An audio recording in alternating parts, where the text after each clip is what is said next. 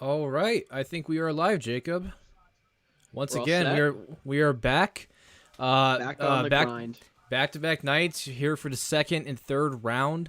What a start to the draft. I mean, just in general, Mm-hmm. like twists and turns. I mean, we were talking about it last night. I don't think anyone could have kind of. I mean, it was out there, but I don't think anyone really could have predicted the Chicago trade for Justin Fields. Some players taken higher than they were. Some players were taken lower than what we thought. So Jacob, what are you kind of looking forward to the draft tonight?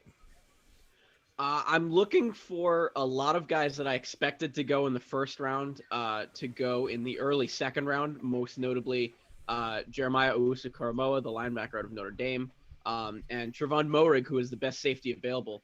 I have a feeling, Josh, that Moehrig might go in the top 5 of round 2. Um, and he might be the first pick of the second round going to Jacksonville, who has holes at secondary. They need help there. But what I was also intrigued by was the fact that the Denver Broncos at pick number 9 were receiving calls from Chicago because Chicago wanted to move up from 20 to 9, and Denver reportedly turned down those offers to either to be able to want to pick their guy, um, Yep. which I thought was super interesting because then Chicago ended up trading back with us, and gave us what ended up being pick 20, a fifth this year, a first next year, and only 1/4 next year, because Chicago only has 1/4 next year. Um, the Vikings deal with the Jets. I know that I either texted it to you or DM'd it to you. The details to that, I didn't find that out until late last night, when I was trying to go to bed last night. But it looks like Minnesota traded the 14th overall pick as well as 143, which I believe translates to a fifth rounder, to I the New think York so. Jets I think that's fifth round. in exchange for pick 23, 66, and 86, which means that Minnesota is going to get an additional pick tonight, with pick number 66, and they're gonna get an extra early fourth rounder tomorrow, in pick 86. So that's the full details of that trade. And there was another story, Josh, that I sent your way. And I want to get your full reactions to this because I think, yeah, you only sent weird in response to this, but I want to get your full reactions to something that Jeff Darlington tweeted out, and this is a direct quote. He said, "Quote: I know this is one of those what else are they going to say deals, but I'm told in brackets and truly believe end bracket that the Dolphins wanted Waddle all along over Smith and Chase. Yes, they assumed that Chase was going to be gone, but they wanted Waddle over him regardless, and so Miami got his guy at the end of the day." End quote. So, Josh, if that story's true and Smith falls out of the top 5, and Cincinnati ends up going with Penei Sewell, Miami goes with Waddle, who apparently was their guy all along. That shakes up a lot, I think, right? Because that means that Yeah.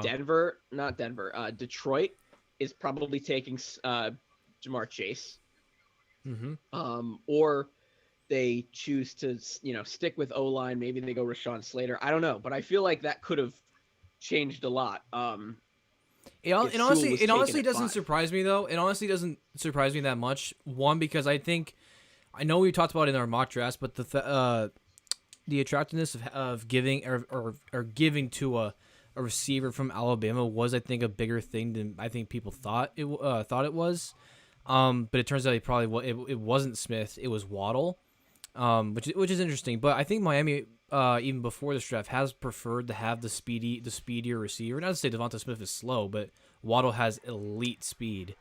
So I was thinking they might go a different direction just because they wanted to maybe change it up. It turns out they're just going to stick with what they like, which was because Waddle isn't just speed, but obviously that's a big thing for Waddle. It honestly doesn't surprise me though, Jacob. But in terms of like how that could have affected others, I mean, yeah, you talked about how Detroit would if that were to happen. I mean, Jamar Chase was probably more of an option for them at that point. It's just interesting, man. And Miami ends up getting their guy, and it, as long as the team gets their guy, I mean, I think good things are probably going to happen, especially if it's a top 10 pick. Yeah, exactly. And Tua is gonna have Devontae Parker back, who opted out last year. Right. Preston Williams has turned into be, a really good versatile threat all over the field. He gets Jalen Waddle, who he played with a little bit in college. And here's another thing, Josh, that I saw. Before last night, there had never been an instance where a quarterback was picked one year and then the subsequent wideout for that quarterback was picked by the same team the following year. And last night, it happened twice with Joe Burrow and Jamar Chase, and then again with Tua Tagovailoa and Jalen Waddle. Right. Yeah. No, There. I'm sorry. It wasn't Tua and Waddle. I'm sorry. It was Jalen Hurts and Devonta Smith, who Okay. went Right. to Philadelphia. Yeah. I actually, now that I'm thinking about it, I don't think Tua and Waddle had ever played together, but Smith and Hurts had played together, and Waddle and Hurts had played together. So it was that. I apologize. It wasn't Miami. Either way, there were so many storylines last night. I mean, not even talking about Miami or the Eagles. I mean, I'm just trying to think of one off the top of my head. I mean, my call last night with the two running backs. I mean, I feel like more people are actually giving the Steelers credit for that pick than I think people would have expected. See, and at least what I've seen. I've had time to process everything. I'm not a huge fan of the Najee Harris pick. I understand that he's going to be a phenomenal running back, and he already seems like a wonderful human because apparently before the draft, he went to the homeless shelter that he had stayed at with his mom when he was young, and he threw a draft party for them, and he fed them, and he made sure they had warm clothes. He just seems like a wonderful human, and he's already getting right to work in Pittsburgh. But the reality is the reason that Pittsburgh's run offense was so bad was not because of James Conner or the fact that they didn't have a good running back, because James Conner is a good running back. I know where you're going with this. I know where you're going with this. No offense, I've heard it 1,000 times. There's so many tackles and so many other offensive linemen in this draft, Jacob, but there's hardly anyone that compares to the talent of Najee Harris. Now, they could have taken Tevin Jenkins. That probably would have been fine.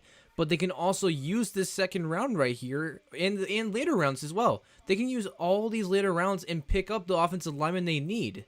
That's exactly. I'm telling you, that's what they're thinking, and that's what they did. Yeah, that might be what happens at the end of the day. If they don't address the O-line in this draft, then that's a whole other story. That's a whole other story. Yeah, then we can have that conversation. But for right now, I mean, there's pressing need at O-line. There's pressing need at edge. They need a linebacker to maybe complement Devin Bush, either off the edge or on the inside. Because they lost Bud Dupree. Mm-hmm. Yeah, they need an edge guy because they lost Bud Dupree. That's the bottom line, really. So they have 2 picks tonight, one in the second, one in the third. One of them's got to be O-line, and the other one's got to be edge. I would have to imagine for Pittsburgh. Yep. And as we're talking, Jacob, we are what it says we're 4 minutes until the draft starts. Whether that's I would assume it's probably like more like 6 minutes or 7 minutes, but it's going to be a lot longer than that because I'm pretty sure the first pick last night was at like 8:15. So we could be here a while. Then again, there's not hype around a guy like Trevor Lawrence tonight. So we might just get into the picks right away. I'm going to be honest which is what I hope will happen. Not to say that there isn't I also hope incredible talent in the later rounds, but I mean, I don't want it to be up to midnight again. I know what you mean. But I mean, this is the first time that I'm actually staying up to watch the second and third round. I haven't watched day 2 ever in my life. Wow. So I don't really know how fast it goes. It goes When fast. It we'll get gets started especially officially. especially tomorrow. Those picks are rapid. They're Oh yeah, because that's the rest. That's the rest of the picks. That's the rest of yeah. the rounds. That starts at noon. And we're not doing a live stream for the later rounds. Yeah, we won't Not do to that. discredit anyone who gets drafted there, but No, I because mean, I'm it's just not worth it to me, honestly. yeah. I'm also gonna be home over the weekend. I'm getting my second COVID shot. I got mine And today. I'm there. You go. My And arm is I'm killing me. yeah, I'm sure it is. And I am Moderna gang for life. And That's the worst one, I isn't think it? I think yeah, I think Moderna's the worst I would rather one. be home for the. Or It's got the or is it worst. Johnson and Johnson? No, okay. So Moderna was the one. COVID debate that, here on HQI Sports live stream. Yeah, because we're killing time basically. Yeah. That's what's happening. Pfizer is like the Trevor Lawrence of the draft. It's 100% the best one. No one disputes that. Everything else can be debatable. Moderna out of the two double doses probably has the worst side effects. Wait, I got another. Jake, I got another one. So I compared Pfizer to Trevor Lawrence. What prospect do you compare Moderna to? Mac Jones. Okay. How come? A really high floor and a really low ceiling. And then Johnson and Johnson is the draft bust. So let's give that to I don't know who do you think is most likely out of the first round to be a bust? Ooh, man. I could go kind of obvious and go Jesus Christ. The Tulsa linebacker went to the Cardinals. Zaven Collins. Collins. I think okay, and I've had time to think about this. Zaven Collins was picked to replace Hassan Reddick. Right. That's why they picked him. I think he probably won't be a bust. He just probably won't be as good as we hope he will be. I don't think he's worth 16th overall. I think that's what you're trying to say. Well, that's my point. Mm-hmm. Yeah, because I mean the draft does that where even though Zaven Collins was probably a early second round player, maybe even late first round, but he didn't even go late first round. Because he went 16th overall, it just changes the whole outlook on his entire career. It's crazy how the draft does that. Yeah. If we're talking about busts, I think the most raw guy that was picked in the first round is probably Alex Leatherwood, who was picked by Vegas. Yep. He's listed as tackle.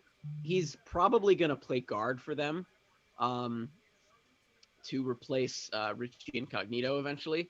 And he's just a really raw, really developmental guy, which is maybe what they need. He can sit behind Incognito. He can learn from one of, if not the best, probably. I got one to throw your way. It's a little out there. Mm-hmm. I'm not gonna make a call, but I'm just gonna make a point. Don't be terribly surprised if Zach Wilson's career is similar to Sam Darnold's tenure with the Jets, because if you think about that lineup, I mean, how are they better? Like, how are the pieces on that team better than they were with Sam Darnold last year? Yeah, and it's already in a bad spot because I had said this a couple months ago, I think, that when Corey Davis signed with the Jets, he told the public and he told the media that he was on record, and he signed with the Jets with the knowledge that Sam Darnold was going to be the starting quarterback. And then everyone went ballistic. They thought that they thought that he had tipped their hand, that maybe they're not going to go quarterback at all, and then a month and a half later they dealt Sam Darnold, and so it'll be interesting to see what the Jets do with the remainder of their picks. They did give a couple of them to Minnesota in order to trade up for Elijah Vera Tucker, but they still have like 8 picks in this draft, so it'll be interesting to see what they do with them, as it is officially 7:00. The draft is not open yet. We're gonna listen to it will be Mike very Bloomberg's soon voice for a little bit, but very soon. There's your boy Morig. By the way, first. what channel are you on? Am I ahead of you or are you ahead of me? I am on ESPN. I'm on ESPN as well.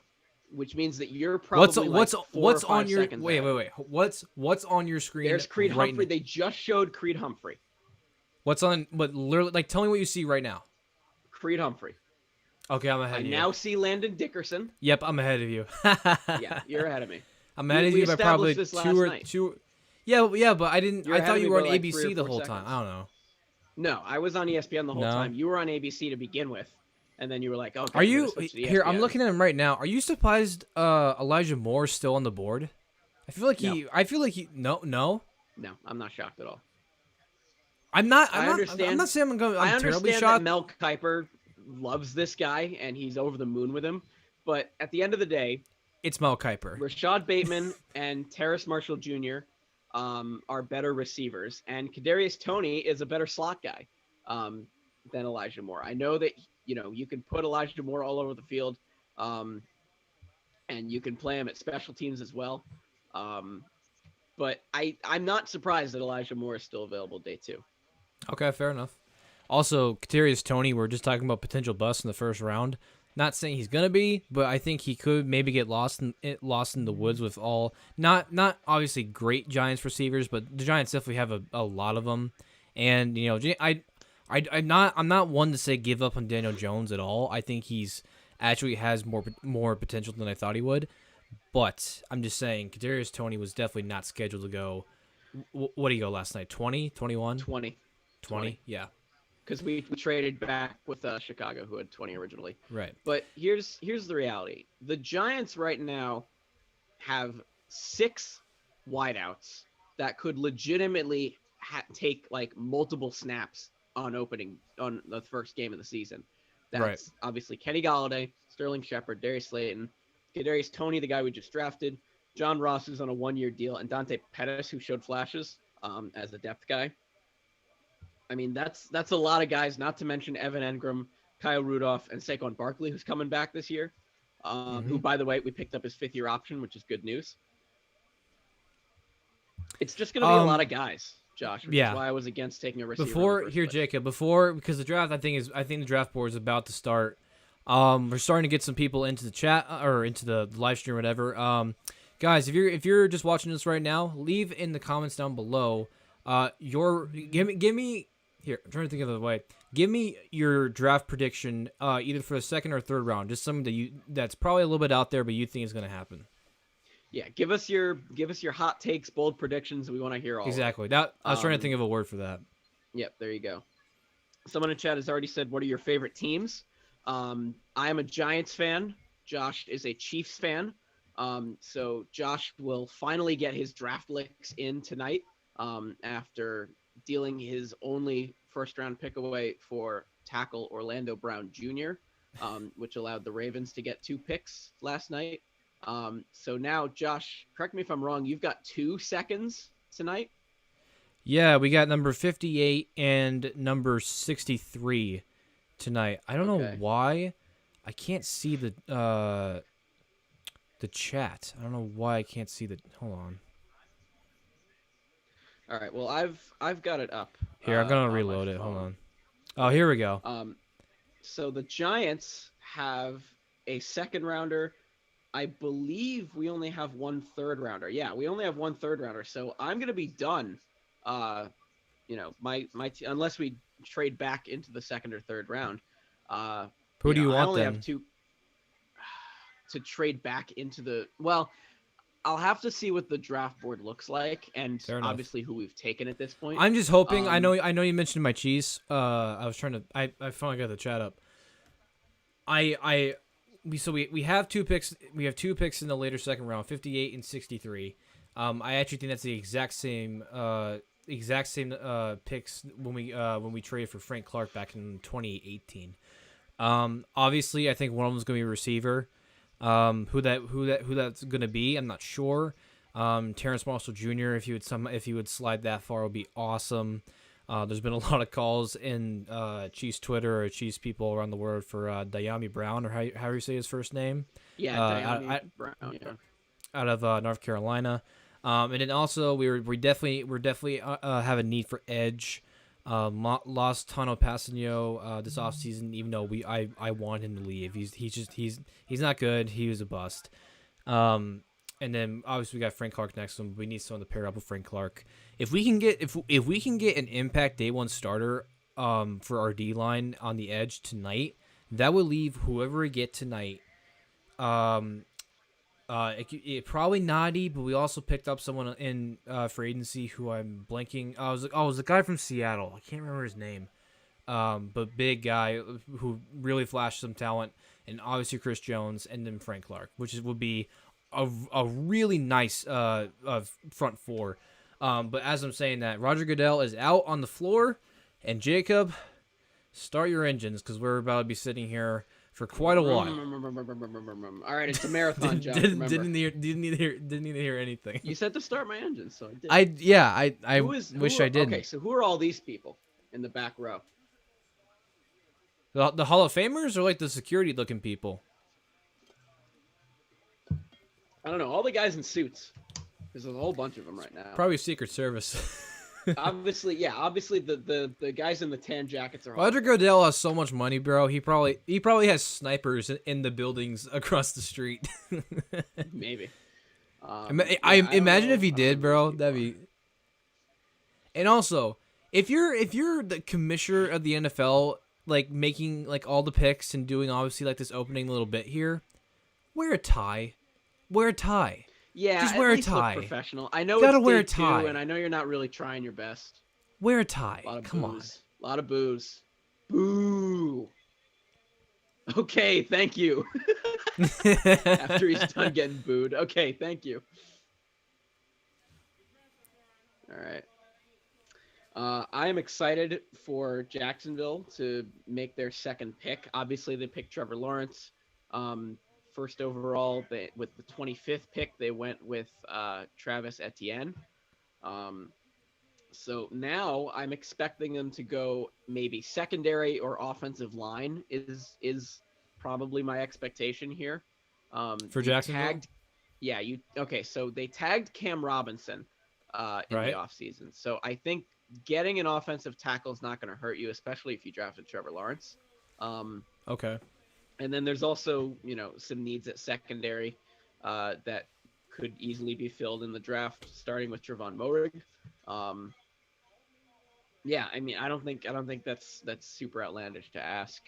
Usually, when you get a franchise quarterback who's gonna change your team for the better, you want to protect him and you want to keep him on the field. I liked your call for Trevon Moehrig here. I think he's a really, really, really good player, but I think safety is kind of a position that people don't value as highly, especially in the early rounds. But I think this dude can be. I think he can be the first player off the board in the second round. It wouldn't surprise me because I think a lot of teams are going to start scrambling for someone like Trevon Moehrig. Yeah, it's Hall of Famers.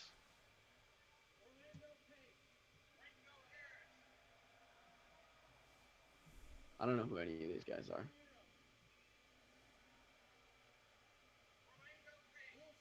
Oh, Orlando Pace. I know who that guy is. Yeah, you're behind me by like 3 seconds. Yeah.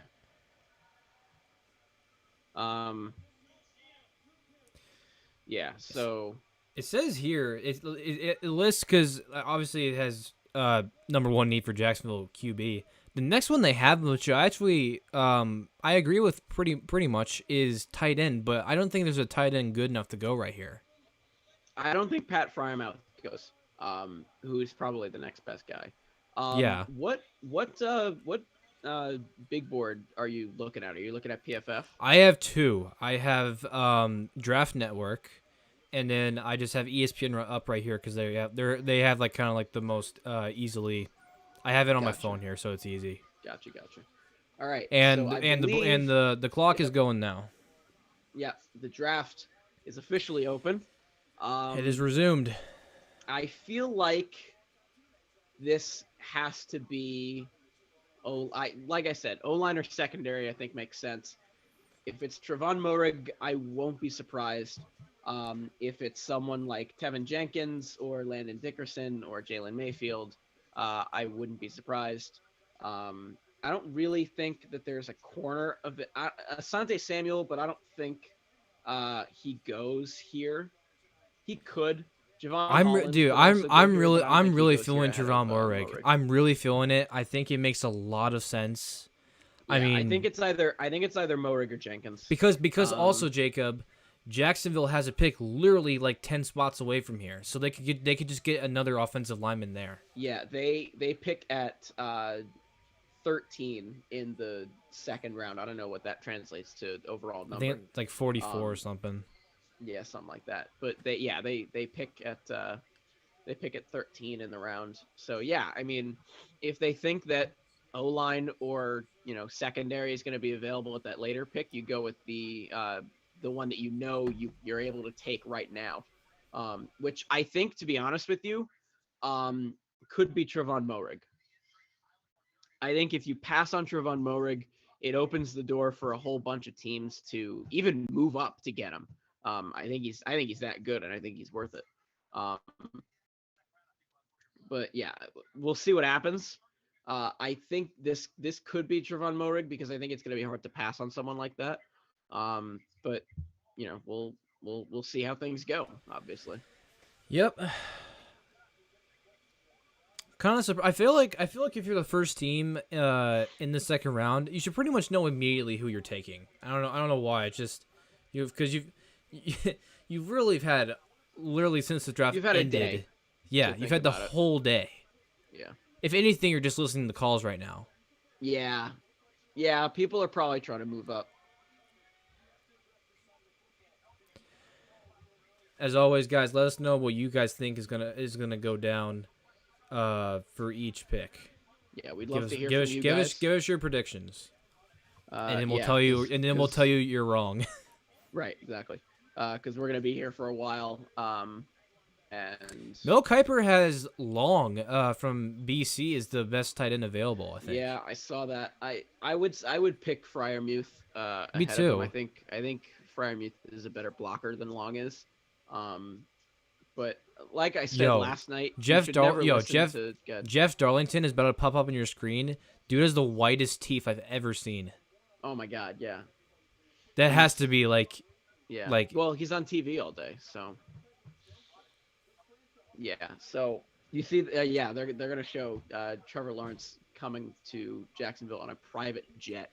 Do you think here's a question while we're waiting for the pick, Jacob?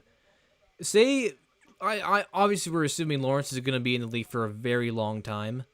Let's say it's the year 2030. Does Trevor Lawrence still have that haircut, or has he changed it? He keeps that haircut. I don't think he's lost that. Because that's, you know what that is, Josh? What? We call that marketability. Yeah, that's true. That's a good point. And when he signed with Adidas before that's an day, instant hair and shoulders deal. Yeah, he's getting you know 100% he's getting a Head and Shoulders deal. Head and shoulders, not hair and shoulders. With Patrick Mahomes and Troy Polamalu, you know instantly that's coming his way. Right. Yeah, that's marketability. When he announced he had signed with Adidas, he wore an Adidas headband. It held back all the hair. Yep. Yeah, I mean it's money for him basically. Yeah, I don't think he ditches it in 10 years. Fair enough. I hope he doesn't get rid of it because even though it's I hope so too because it's so even sick. though it doesn't look great all the time, it looks pretty good most of the time. Looks desolate in the draft room. Come on, give us a pick. Clock's still going. Oh, pick is in. There we go. There it is. Yeah, I mean, there's a lot of guys to choose from, that are available that are at your fingertips. Yep. If you had to make me choose, what they probably, I mean, you tagged Cam Robinson. I don't know if you're going to work a deal out with him. But at the same time, Trevon Moehrig, teams are going to be clamoring for this guy. Because he's probably, outside of Asante Samuel, probably the best secondary guy that's available right now and will be available for a long time. Right. Outside of Javon Holland out of Oregon. But, I don't know. I think it's going to be either... Also, by the way, if you're if you're a Jaguars fan in attendance to a draft night in Cleveland, Ohio, after your team just went 1-15, that's respect. That's a diehard fan. Yeah, well, they want to see Trevor Lawrence in their jersey. That's why. Yeah, but what? Yeah, but what if they? Yeah, but they've already seen that. Yeah, so I think it's more the people who have shown up for day 2 that are here representing. All right, here's the pick. but, I think. Yeah, I get the feeling it's Morig, but if it's an offensive tackle, don't be surprised, ladies and gentlemen. All right, here we go. Give me a name as always, please. Will do. Who is Roger Goodell? Looks different.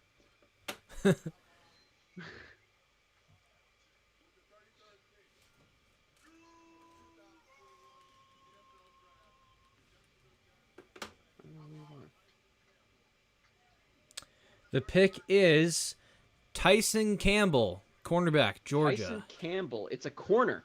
Corner. Where was that? Wow. Where is he on the prospect race or the best? Tyson Campbell out of I think Georgia. it's not too far down. Going ahead of Asante Samuel though is a little surprising to me. I think they're doing that because of it. He has a great physicality. He is a big physical guy. He's gonna fit well in sub packages. I think he'll fit well in nickel and dime stuff. He's probably a guy that's gonna start right away. Yeah, I mean, For sure, absolutely. It's ahead of Asante Samuel, which I guess is a bit of a head scratcher for me personally, because I probably would have gone with Samuel. But yeah, what's his name? Tyson Campbell. It's secondary, which I said was a need for them. Just not safety. I mean, it's not Morig, which the Jaguars are where like people like Jalen Ramsey got their career and AJ Bouye got their career. I don't mind that pick though. Yeah, he lined up on the other side of Eric Stokes on that Georgia secondary, who went a couple picks beforehand to Green Bay.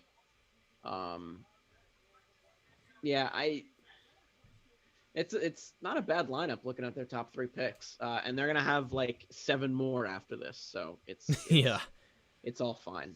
So the Jets are on the clock. They have picked their quarterback. This is dude. Zach This Wilson. has to be receiver, right? They've picked Zach Wilson. They've picked the guy to protect him, Elijah Vera Tucker. This could be receiver. Could be Elijah Moore, Terrace Marshall Jr. They have. It could also be running back.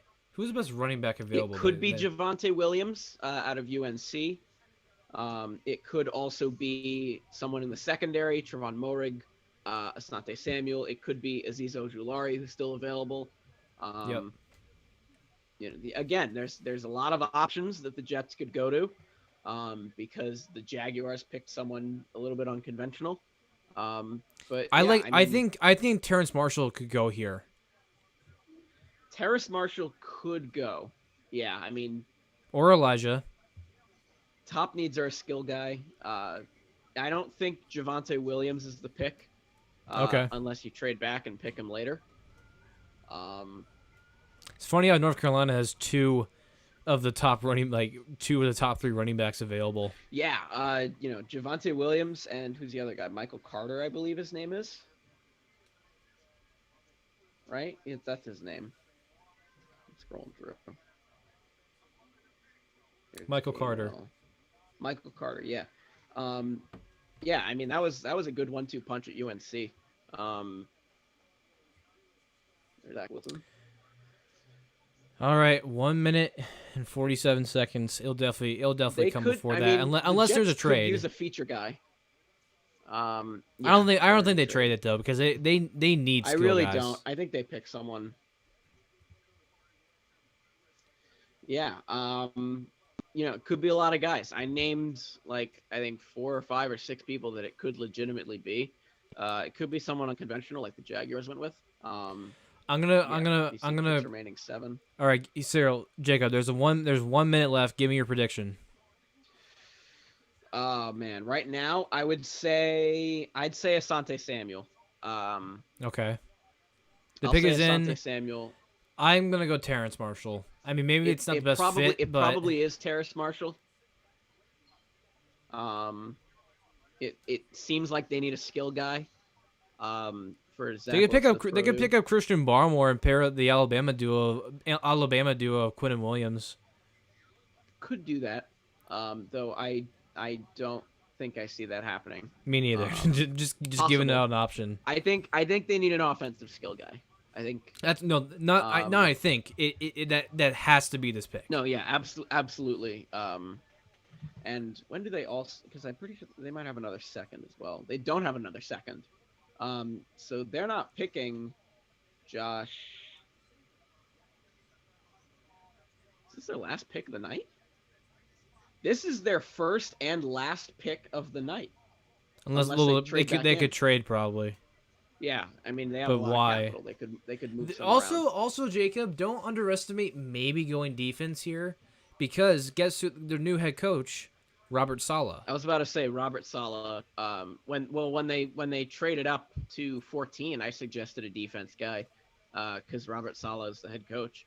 I mean Asante Samuel is here. You mentioned Barmore, Azeez Ojulari is here.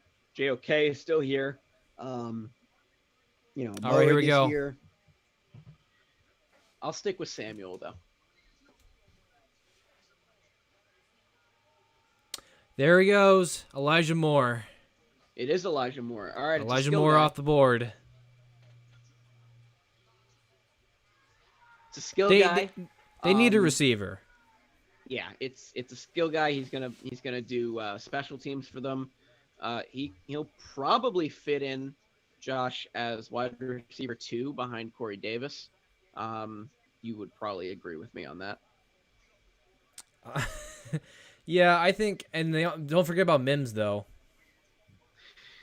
Yeah, but I mean, I know you drafted Mims last year, but I don't think he pans out like Elijah Moore would pan out. Yeah, so now Carolina's on the clock. They still need to fix their. This is going to be defense, 100%. Guys, hopefully this ticker is going the way I think it's going. Oh, is it doing that thing again? No, it's going well.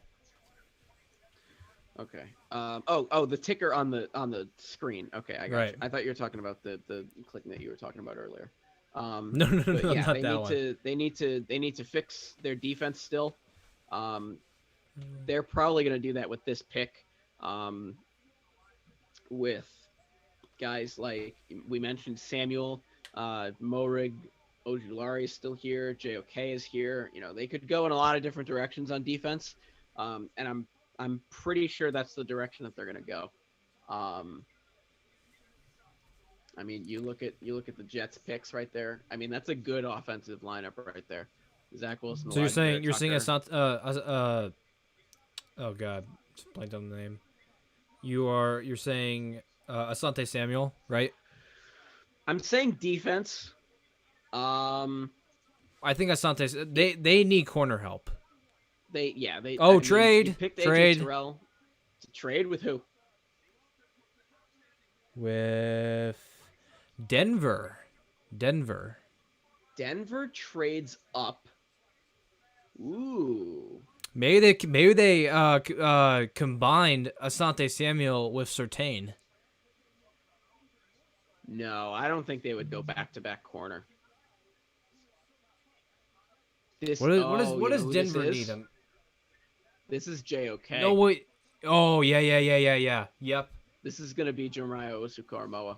They're surprised that he's fell this far. They trade up and go get him. Absolutely. Good call, my friend. Yeah, this is gonna be the guy that probably replaces or ends up being close to replacing Von Miller. I think going defense here makes sense. I don't think they trade up for O-line. I think it is a defense pick. It's probably JOK. Would be my best bet. So let me make that change in the thing real quick. All right. Mm-hmm. Falcons to Denver now. that would be my best bet. Is that it's JOK. I'm curious as to what was given up. If it's not JOK, I'll be really surprised. I would be too. It could also be okay. So if you're gonna go out and maybe replace Von Miller, then I think it makes more sense that it's Aziz, because he's an edge linebacker just like Von Miller is. Yep. He'll fill that role well. So I think it's gonna be either JOK or Aziz. I think I'll tell you right now, this is probably defense. Oh, it's 100% defense. Yeah. And then we got an interesting one after that with Miami.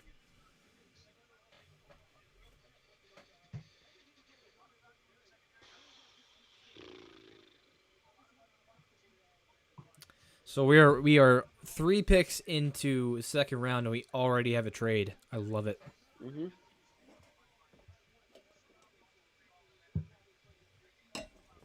My arm is killing me. Yeah, it'll do that. Did I not count? For anyone who wasn't here when I said I got my second COVID shot today, after getting like 4 hours of sleep. All right, here's a pick. All right. Have they still explained who the people in the chair are? I think it's former players. No, it's not. No. You don't think? No, they just, no offense, a woman just handed the guy the card or whatever. I don't know. I have no idea. All right, here it is.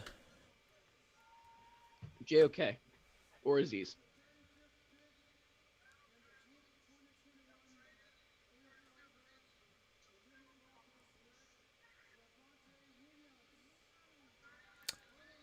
Oh, okay. Not who we said Who's at this? all.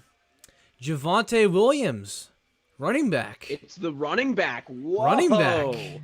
So, okay, so that means Okay. Ooh. Because Philip Lindsay's gone, right? Philip Lindsay's gone, but Melvin Gordon is still there. Yeah.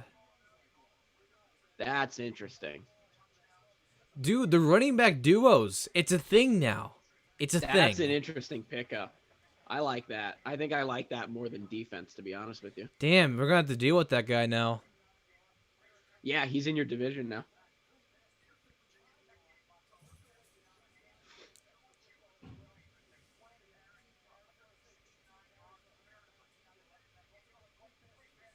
What do you like about him the most? He's super explosive. This is a guy that's he's gonna split snaps, I think, right away. With someone like Melvin Gordon. Right. I don't think they'll have a competition. I think they're gonna run with a 1-2. This guy's super explosive. Could they have gone defense here? Maybe, but I think the trade up shows that you're aggressive. You want to play aggressive football. Javonte Williams will help with that. Absolutely. Excuse me. And now, Jacob, the Miami pick is already in. This could have been the leapfrog Miami, who's probably was gonna get a running back. Yeah, that's a good point. Because they could also take another receiver if they want. This could be Terrence Marshall. Pick is in right away for Miami, by the way. I told you that. Oh, did you? I'm sorry. Yeah. But yeah, I'm just hoping now that we're in a round where my team actually has picks, I'm starting to be like, okay, please don't take that guy. Please don't take that guy. Please. Yeah, right. Yeah, guys are getting picked off the board. So with Miami, they could go. All right, here's the pick. Well, I don't know if they'll go receiver. They could go JOK. They did add Will Ford the fifth. They did add Will Ford 5, but he's always injured. Yeah, and he's suspended for the first game of the season as well. And they got Jalen Waddle, so I don't think they go receiver. That's the other thing.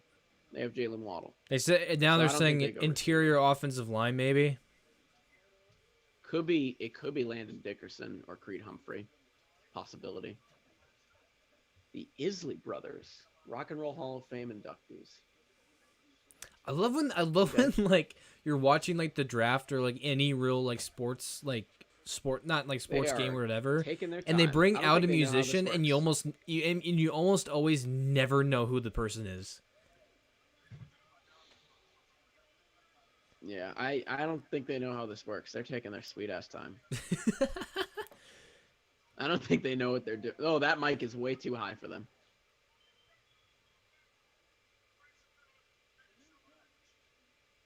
Get to the pick. Boomers. That was mean. I apologize to the Isley brothers. I didn't mean any of that. Ooh, okay. Pick is in. Safety, Javon Holland. Oh, it's Holland over Morig. Wow, that's surprising to me. That's surprising. Wow. All right. Well, I mean, That's a stretch. blanket safety. He's going to fix the secondary for them. Um, he's probably going to start right away. He fits really well with realistically any scheme. And now Philly is on the clock. I have 4 picks back in 2019 as a safety. It's pretty good. Yeah, that's not bad. And now Philly is on the clock. This could be, with the prospect of Zach Ertz maybe moving on, and This could be Dallas Asante Goedert. Samuel. I was thinking Asante Samuel. I was also thinking Pat Fryermuth could go here as well. Okay. Because I feel like they want to move on from Zach Ertz sooner rather than later. And they might be able to do that this offseason. This could be where Fryermuth goes. Asante Samuel makes sense here. Trevon Moehrig goes here. JOK could go here. There's a lot of defensive guys that Philly could use right now that are available right here.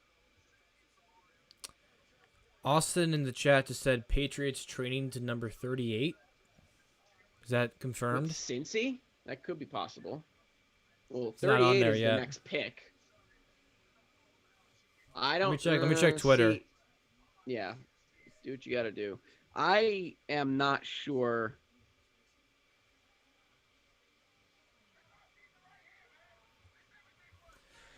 Okay, so we're currently at commercial break right now. Man, Jacob, this has been a good one so far. Yeah, right away there's already been a trade, and a second trade been confirmed by Adam Schefter. Remind me, Yeah, remind me, Jacob, who just went to Dolphins? Javon Holland did from Oregon, the safety. Right. So far, the draft has been Tyson Campbell from Georgia, Elijah Moore from Ole Miss, Denver moving up to draft Javonte Williams out of UNC, and then Javon Holland out of Oregon just went. Philly is on the clock, and apparently New England is after them. Yep. So more and more stuff for us to break down. I love it. Yeah, and my Giants are coming up soon. You guys are set up to take A someone lot of very O-line good. available to take. A lot of big guys. You guys could use JOK. I wouldn't see if he falls. I wouldn't mind JOK because I was on board with picking Parsons while we still had the pick at 11. But right now, All right, the Eagles Jenkins pick is still in. available. Landon Dickerson available. Jalen Mayfield, Leon Eichenberg, Kreese Humphrey. There's another guy that I like that I hope that we get, and it's the D3 guy, Quinn Mayrews, I believe is his name. Yep. I like him a lot because he's a good center prospect. And right now we have one center roster, that's Nick Gates. But for right now, it's not about me. It's about the Philadelphia Eagles. And All right, here picking comes for the someone I Eagles. don't know again.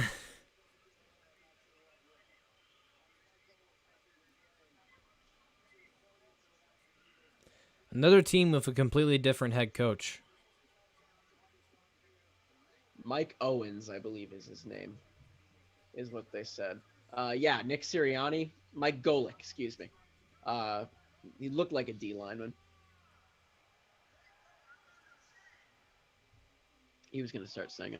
I'm glad they stopped. Yeah, Cleveland rocks. I agree. It's either Freiermuth or Asante Samuel. All right, here's pick.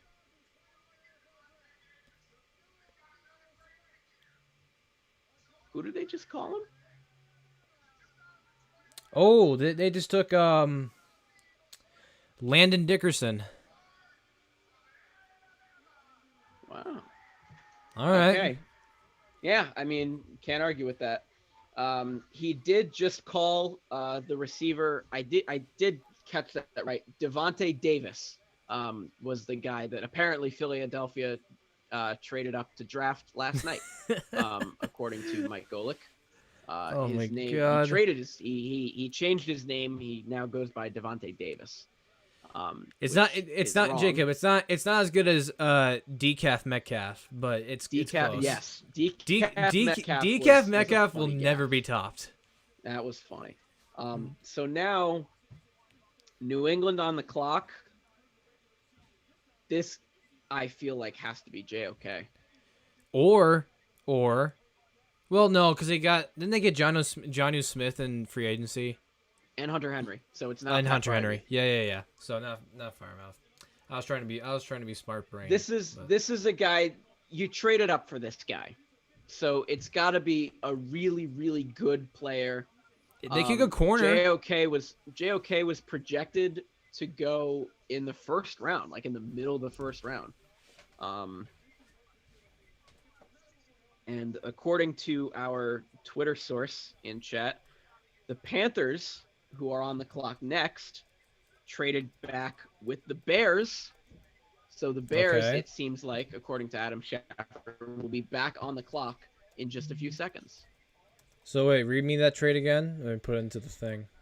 It just says the Panthers traded pick 39 to the Bears, according to Schefter. I'm going to go to his Twitter and see if it's real, though I trust Austin.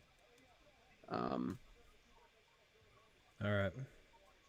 Carolina. Okay, so Carolina is going to... Okay, hold on. Okay, no details on the Patriots trade up, but the Bears trading up a whole bunch of more capital. Wow. So the trade details are Carolina is going to trade 39, which is the next pick, and 151 to Chicago for 52, 83, and 204. Okay. And here's the pick, the Jacob, Pats, already. The Pats traded up this. If you had to make me guess, it's JOK. Okay.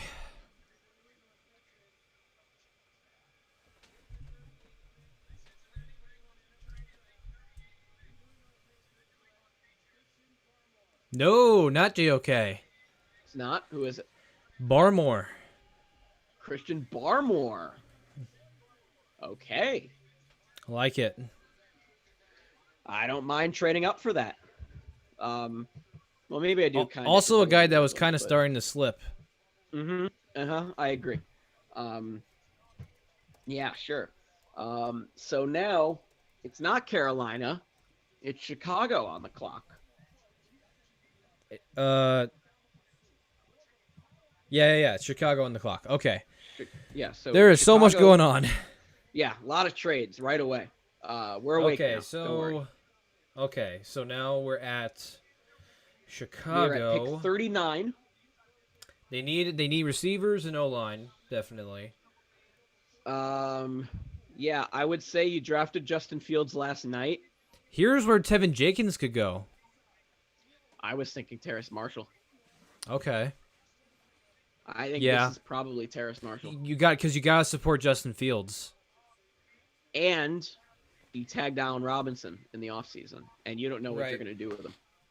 Yep. So I think you get a guy that can start right away. That'll probably be number 2. One here. I just saw it. New England's kind of pulling a Washington and just taking everyone from Alabama. Mm-hmm. Yeah. And the Chicago pick is already in. Yeah, well, they traded up for him, so yeah. And then after this I want is to know. Atlanta, who you remember traded back with Denver, Yep. so that Denver could take the halfback. Tight end to make up for Jimmy Graham.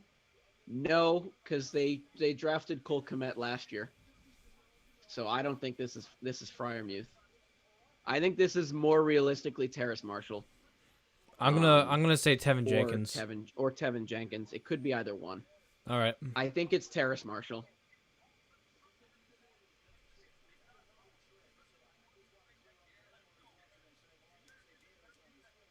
Oh, that's right. They picked up Damian Williams. Mm-hmm. Forgot about that. Okay, here's pick. 2 straight trade ups, by the way, by Chicago. Nagy and Pace are getting really aggressive with the guys that they want in the draft. Did run DMC? Oh no, it's Rashad Davis. That was close. Hey, your boy's right. Tevin Jenkins? Tevin Jenkins. I don't mind that. Protect Justin Fields. Damn. You know what that means, Josh? What's that mean, Jacob? He's not going to play for the Giants. Never was, never will. Probably not. But yeah, all right. he's got guard flexibility as well. I thought he was going to be a first rounder. I thought so too. He slipped outside, but it's fine. And now the Falcons are on the clock. Imagine. Oh, and the pick is already in. Mm-hmm. Imagine if the Falcons got Terrence Marshall or someone like that. Just get every receiver possible. Yeah, in preparation for whatever happens with Julio. This is probably either edge or secondary. Asante Samuel, Trevon Moehrig, Azeez Ojulari. Those are the 3 guys that jump out at me. I will be very surprised if it's not Trevon Moehrig or Asante Samuel. I think it's secondary. Dude, why does Tevin Jenkins look like a 14-year-old kid? God, he reminds me of he reminds me of Rodrigo Blankenship. He does. He wears the same glasses. Mm-hmm. Do you see that he made an Instagram account to show off his Lego figures? Really? Yeah, Blankenship did. Oh, Blankenship, not Tevin Jenkins. Yeah, no, not Tevin Jenkins. Rodrigo Blankenship. Blankenship just he honestly might have the best life. How can you hate the guy? How can you hate the guy? Name one person that hates Rodrigo Blankenship. Like, the dude just lives life. He's a kicker. Yeah. Like, everyone knows he looks stupid but loves him. He's got the best job, I think.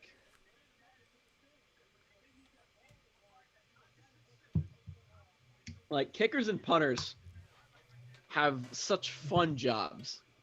Like they get paid to kick a ball. Now, granted, they're expected perfection every single time, and that's the caveat. But even if they don't get perfection, does anyone blame them? Kickers more, but punters no.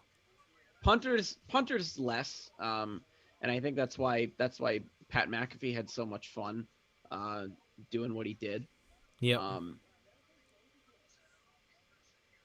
Yeah, so I'm pretty sure. Here's the pick. Oh, okay, here's the pick. They're doing it from an Air Force Reserve.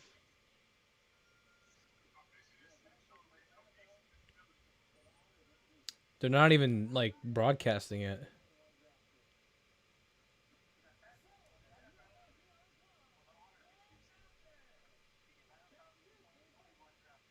It'll be after this though. Here he goes. Okay. I can hear the commercial in your room. Go Falcons, indeed. They're not even announcing the pick. They're just saying go Falcons. No, it's after that. No, I think Goodell's about to read it. I know, that's what I'm saying. I thought that the Army guys were gonna make the pick. Yeah, we love the Army. Woo! That was the lamest USA chant that I've ever heard. Yeah, USA. USA. All right, that was funny. Oh All my right, go ahead. God! Another team passes on the two top secondary people. Richie Grant, Richie Grant, another safety, not named Trevon Trevon Moehrig. Moehrig. Wow. Wow. I mean, it's secondary, so Yeah, I mean, but good for them. But it's not Trevon Moehrig. But dude, that's gonna be a freezing cold take from me now. Yeah, this guy's probably gonna play free safety. He's not, a big physical guy. He's not gonna line up in sub packages. But you know, they need secondary help, and that's exactly what they're gonna get with him. exactly. So now Detroit is on the clock. This is receiver. Wide receiver, right? 100%. Terrace Marshall. Can we agree unanimously Yeah. that it's going to be him? I don't know if unanimously, but definitely the favorite. Well, who else could it be? Because Elijah Moore's off the board. It could be Rondale Moore, but Yeah. I think it'll more than likely be Terrace Marshall. Because they need a number one guy. Because they let Golladay go, they let Marvin Jones go. They need a number one guy. You're not wrong. So yeah, because they passed on him. Granted, for Penei Sewell, which is Worth it. is all. Yeah, I mean, obviously, if he slides to 7, then take him, obviously. And then my Giants are afterwards, which probably means that there's gonna be some O linemen available for us to take with the next pick here. But are they going to commercial now? Yeah, they're going to commercial. Yeah, I think this'll probably be, what the hell? Drew Brees and Najee Harris. What is going on?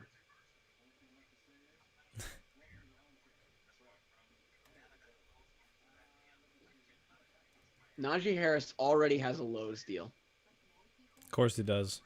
and so does Brees, apparently.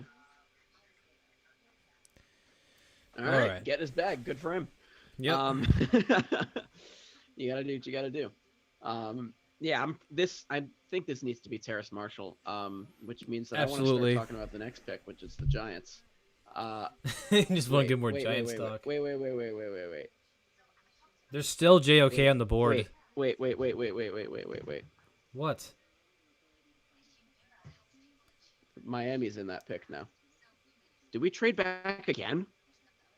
Yes, you did. Oh, come on. Giants traded number 42 to Miami for number you're gonna make me 50 wait. and a third round. None this year. Next year. Giants I are don't now mind scheduled to have double picks in rounds 1, 3, and 4 next year.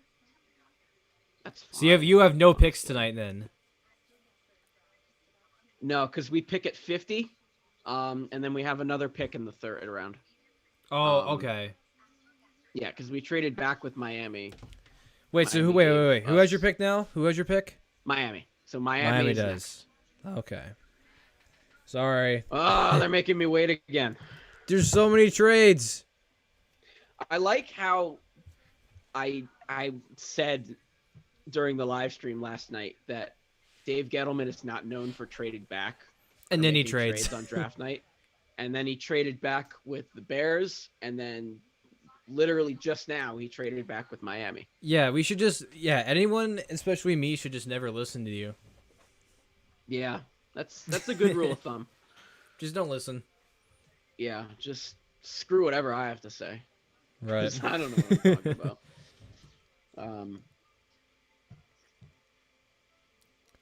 So now Miami is back once again. Yeah, they could just also. picked, didn't they picked This Javon could- Holland. I don't know where they go there.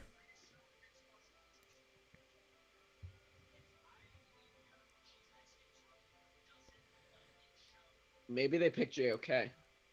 You think? Yeah, because they lost Kyle Van Noy. Yeah, because he's back with the Pats. No, well, I mean, they got Jalen Phillips, so I guess they got their edge guy. Yeah. But yeah, I think. All right, here they're comes the hoping that Lions this is JOK. pick. There's the ESPN alert. Thank you, ESPN. You are Dude, what do you think Adam Schefter's heart rate is during this whole entire draft process? Like 170? I want to start with the fact that Adam Schefter has 3 phones on him at all times, and that's baller as hell. Yeah. That's so baller. That's so boss. That he's just carrying 3 phones. Kevin Gates should make a song now called Three Phones and have Adam Schefter be the main guy in a music video. Featuring Adam Schefter in the music video. All right, Terrace Marshall Jr. It's got to be. Not Terrence Marshall. It's not. Who is it? Owuzuike. It's Levi Onwuzurike. Owuzuike. No, I can't say the name. Wow. Onwuzurike. Thank you. It's 10 letters, 5 syllables. Just break it up 2 letters apiece. It's tough. But, I mean... I have to spell it right now. True. Here, I got you. O-N. No. I got it. Oh, yeah. No, you're looking at it, too. So, yeah. I'll talk about him, though. Onwuzurike was a guy that I thought was going to go in the first round. Excuse me. Yeah, he's going to be a great... He's going to... Okay, you know what? This is the guy that's going to break your kneecaps on Detroit. This is the guy that's going to do it. Really aggressive, in-your-face D-tackle. The Miami pick is already in, which makes sense. Yep, because they traded up for it. And it looks like it's not the Niners picking next. It is the Raiders. So you can pencil that in as well if you want. I think I already put that in, didn't I? No, I did not. That's new. Jesus Christ. Yeah, that just happened. So, okay, so we just We just had 5 trades in a row.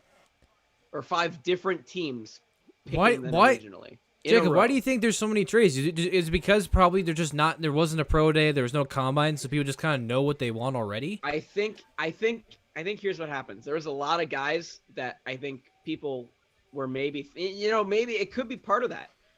That there's no combine, there's very little pro day interaction. So, they're making their speculation and guys are falling more than, teams think they should. So they're getting paranoid and they're all right, here's the Miami pick. I couldn't even tell you the Miami pick now. It's probably a JOK. Would be my guess.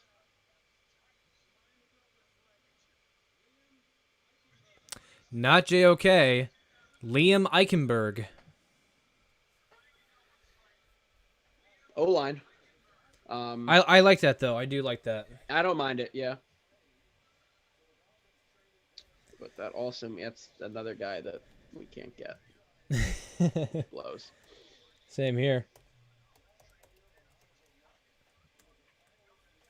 Okay, so that was our pick originally. That was Liam Eichenberg. Okay. You're right. Which makes me believe that we're not going to take a tackle. Probably not. I mean, who's the best tackle on the board right now? If I just look at it, Mayfield, the quick one right probably, here. Or Raduns. Yeah, Raduns. Not bad. Yeah, I mean, Raduns or Mayfield. And the Vegas pick is already in as well. Now it's the Raiders. They traded up. That's expected. The pick is in. It is not O-line. No. Probably. I'm going to keep saying JOK until it comes true. Or here's where Asante could go. Try to get someone to kind of slow down the Chiefs again. Maybe. But, I mean, I think if you're John Gruden, I think you like Damon Arnett. Yeah. I can't believe JOK is this. Okay. I'm not going to go conventional because it's John Gruden. So I'm going to go a little off the... It could be Baron Browning, another linebacker that's available. Kelvin Joseph and Aaron Robinson are corners that are available. Obviously, Asante Samuel Jr. is on the board.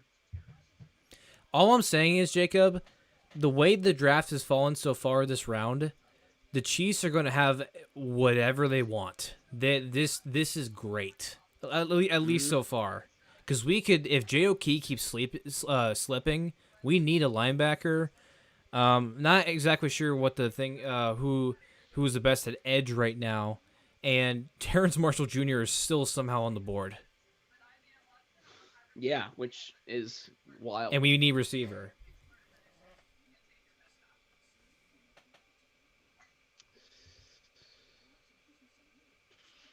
And there's still Rondell Moore on there. Oh my God. Rondell Moore is available as well.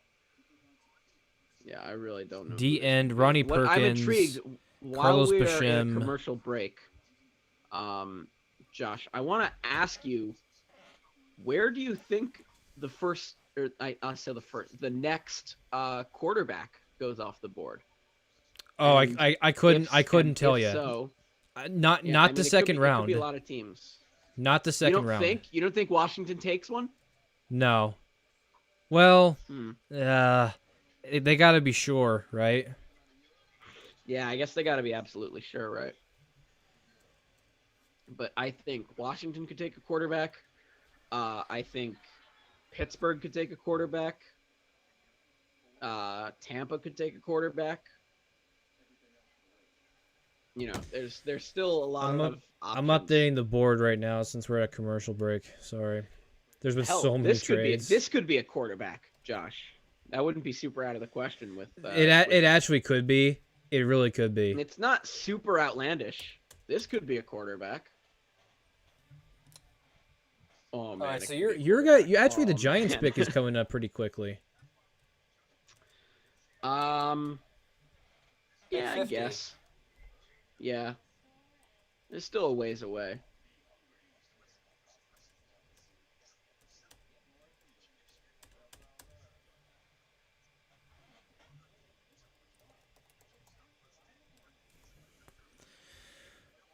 Okay. Man, oh man. Yeah, a lot of trades right away. Yankees are up 3-0. That's good. Yeah, so many trades right away have already happened.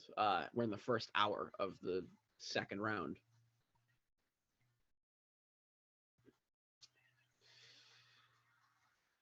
There's not a whole lot of people here. I'm trying to stall because we're in a commercial. Oh, I lied. We're not in a commercial anymore. Sorry, I had to get up for a second. You're fine. The monkeys knew that I was getting restless. Yeah,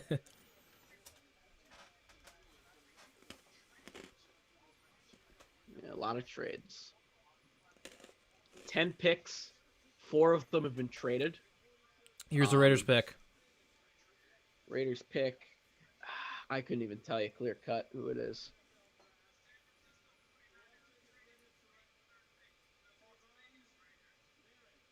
Here's Trevon Moehrig.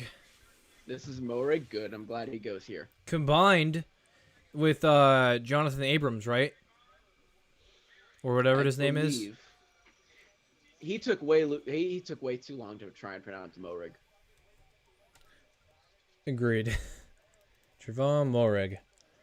He's good. I don't care if he's falling. He's good. Moehrig. Yeah, he was the nation's top defensive back last year. He won. I don't remember what that award is called. Oh, I misspelled his name. Yeah, MOEHRIG. There we go. Yeah. So now this is Dallas. Already took a corner. No. Could be O-line. Dallas took Certain. Dallas took no. Micah Parsons. Oh, Micah Parsons. Right. They could go corner. They could go Asante Samuel. Yeah. Asante Samuel. Then. I think more likely than not, this is O-line. Still, because they need a corner help badly. They do need secondary help, but I think you look at what happened with Dak Prescott, and I think priority number 1 needs to be that he stays on the field for all 4 years that you signed him to. Yep.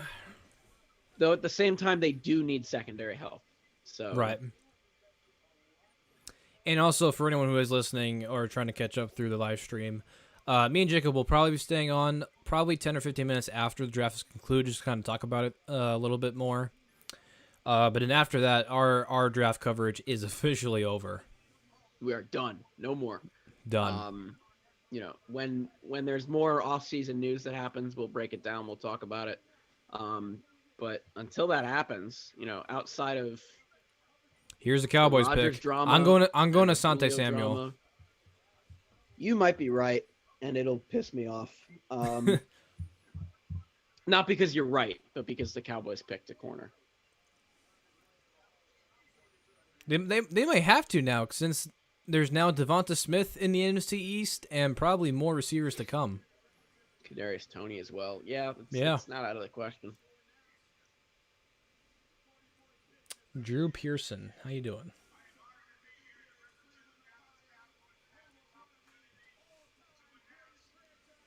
Oh, shut up. We get it.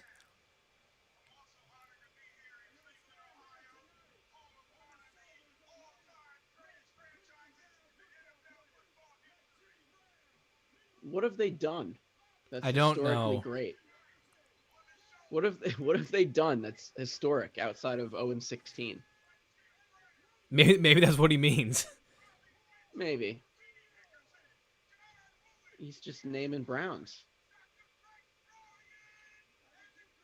It's not even the Browns' pick. He's going to have a stroke. He's going to have an aneurysm on the draft stage. We need to know the pick, sir. I want to know the pick.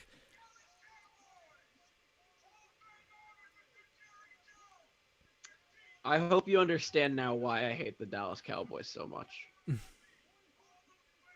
Here we go.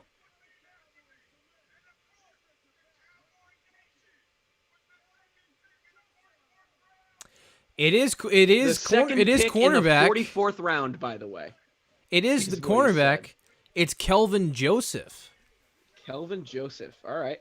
What are people seeing in Asante Samuel that doesn't?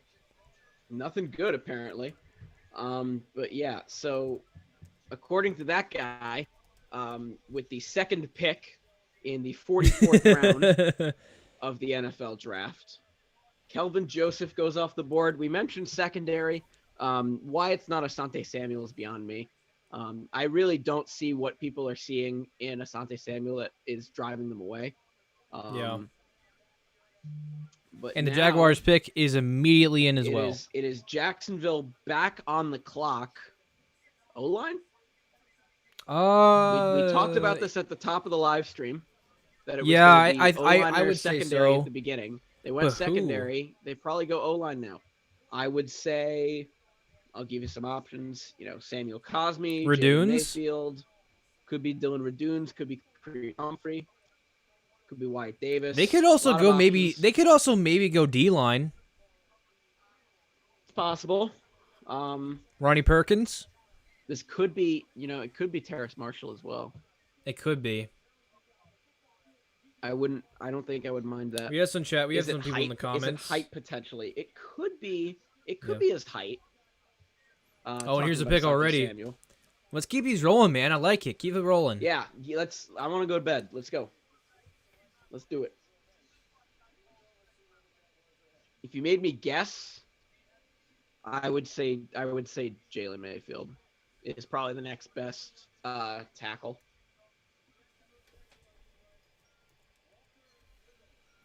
Ooh, no one we were saying. Walker Little, tackle, but not who we thought. Tackle, but none of the guys that I named. I mean, it's tackle, so sure. Stanford guy that was blocking Davis Mills last year. So ugly guy. No offense, ugly guy. He is really, he's gross. I didn't say he's gross. I just said he's ugly. But now, okay, so this is Cincinnati. This has to be an alignment. Yeah, I still have the Patriots on here. Shoot. This has to be an offensive tackle because it has to be. Penei Sewell. It has to be an offensive tackle. But who? Radunes, probably. Radunes, Mayfield, Cosme. Cosme. Any one of those guys. Pick is in already. It's got to be a tackle.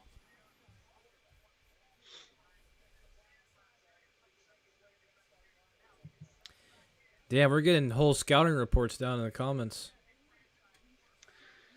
Yeah, these okay. So negatives of Asante Samuel. I told you, Austin's reliable. Gets a little grabby at times, which results in penalties at the next level. Not a stout tackler and comes with a slight build. Lack of height will create mismatch problems for him. Yeah, I mean, is that the reason why he's sliding as much as he is? I'm not sure, but I mean, it's definitely possible.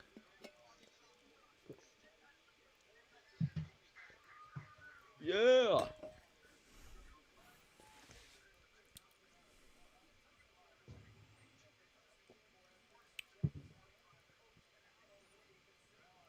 Jacob, just quick question before we hear the pick.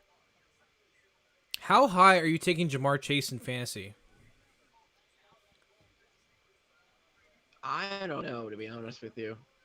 I'm saying Um, decently high because we had I some would breakout probably, receivers last year. yeah. I mean, I don't know. I mean, the chemistry is there, obviously. Would I take him over, some other guy? We'll let this little kid make the pick. Oh no, it'll be Roger. Um, oh no, they're doing the draft-a-thon thing. Um, yeah. So, do I have faith in him right away? Maybe not. I don't think he's the first receiver that I take. I don't think he's gonna become like a Justin Jefferson or a Jerry Jeudy or one of those guys, or a CD Lamb who had a good year last year. Um, but I mean, he's probably not my first receiver taken, but maybe my second or third or my flex guy. Yep. Um,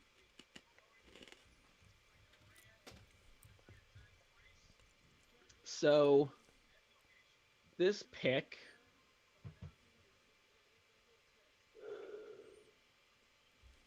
I'm going excuse Radunes. me, I'm going Radunes. I'll probably go Radunes as well or Mayfield. I'll go Mayfield because I went Mayfield last time.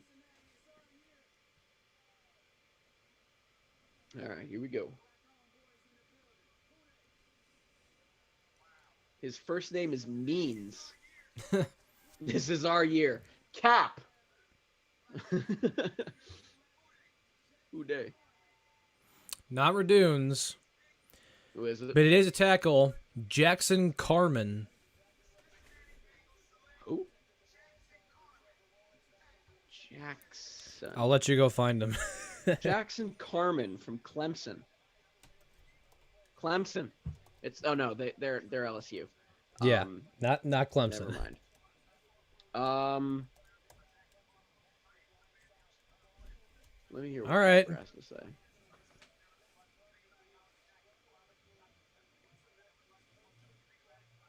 He's not the biggest guy ever. Not really. He plays tackle. The He's got Draft good Network feet says though. that he'll start at guard maybe. I don't know if I love it. I'm not. Um, I mean, who are we to it's really tell people? But right, obviously. So Chargers pick is now, already in as well. yeah, San Diego is already in. Not San Diego. Not San Diego. Oh my God, not San Diego. Los Angeles. Why did I say San This Diego? could be tight end. It could be because Hunter Henry's gone. That's possible. It could also be edge. Aziz Ojulari is still on the board.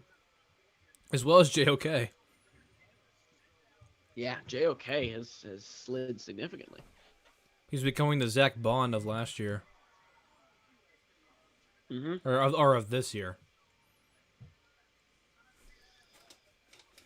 Those are two very large men. Holy cow. I do not want to get in a fight with them. I guarantee you will never will. Commercial? Oh my God. All right. And Jacob, the Giants are coming up fast. Yeah, we're coming up soon. I think if it's going to be an O lineman, it should be an interior guy. Someone like Creed Humphrey or Wyatt Davis. One of those guys. Or the D3 guy that I was talking about. Right. Chargers did sign Jared Cook as well, so they could go dual tight end set. It's possible they could go dual tight end.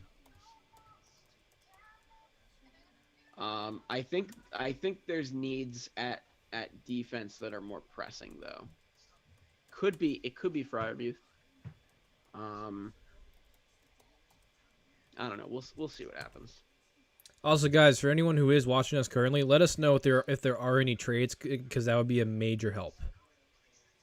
Yeah, let us know so that we're aware, because and maybe the trades have let up a little bit, but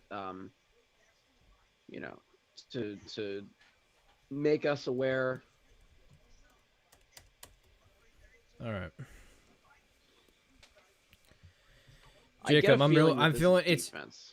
yeah. Good. It's either tight end or outside linebacker edge. What were you about to say beforehand? Just kind of what I just said. I think. Oh man, do you think people are not interested in JOK because he's only 220 pounds? I'm not sure. I don't think people see a need at linebacker. I think that's what it is. There hasn't been a linebacker yet. Chargers signed Jared Cook. Yeah, they picked up Jared Cook, so they could go dual tight end set with Pat Freiermuth. That's what I Forgot about was that. talking about beforehand. Yeah, I forgot about it too. But yeah, there hasn't Why been would a you want to linebacker leave? Why would? taken yet. I mean, Mays Saints just didn't want him anymore. He was a baller Yeah. for Oakland. Yeah, he was great with the who did he play for as well? The Rams for a while, didn't he? The St. Louis Yeah. Rams when they were in St. Louis.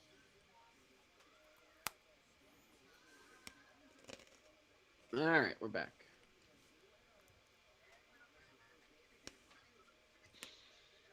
Schedule gets released on May 12th, and they're going to televise it because they need money. Exactly. All right, here's pick. And yeah, the reason you should not listen to Mel Kiper's best draft needs, by the way, is they said that the Chargers' number 4 draft need is quarterback. Cleveland, you rock. Thanks, Hank Bauer.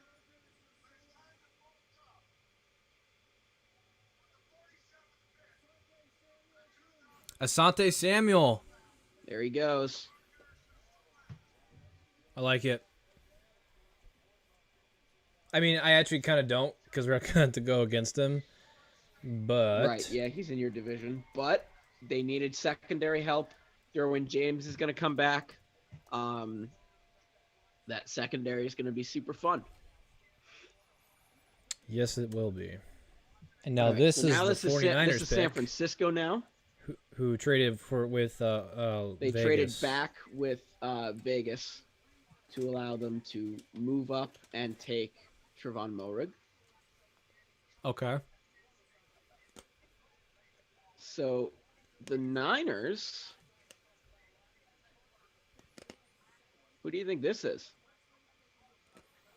I think Moehrig's an option. Well, Moehrig is not an option don't anymore, rule out defense though. Because Vegas picked Moehrig, so that cannot be an option.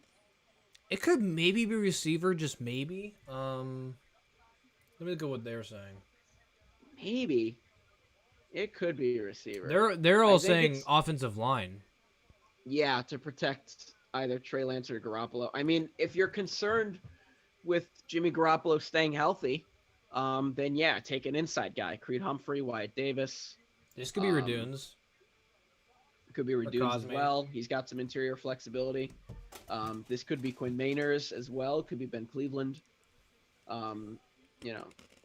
If you're concerned with Jimmy Garoppolo staying healthy, then do everything you can to protect him. Take an O-lineman here. I mean, but don't take all of them because you guys need one. Right, yeah, don't, yeah. Please leave the best ones for us.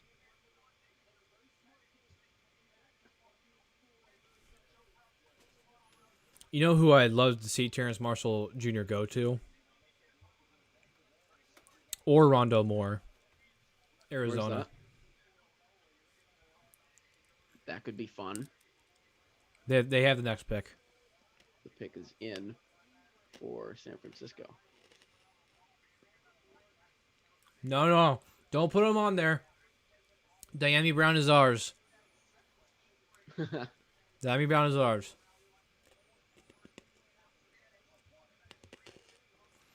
Dwayne Eskridge has a horrible haircut in his I was about to say, I've also never heard of this guy.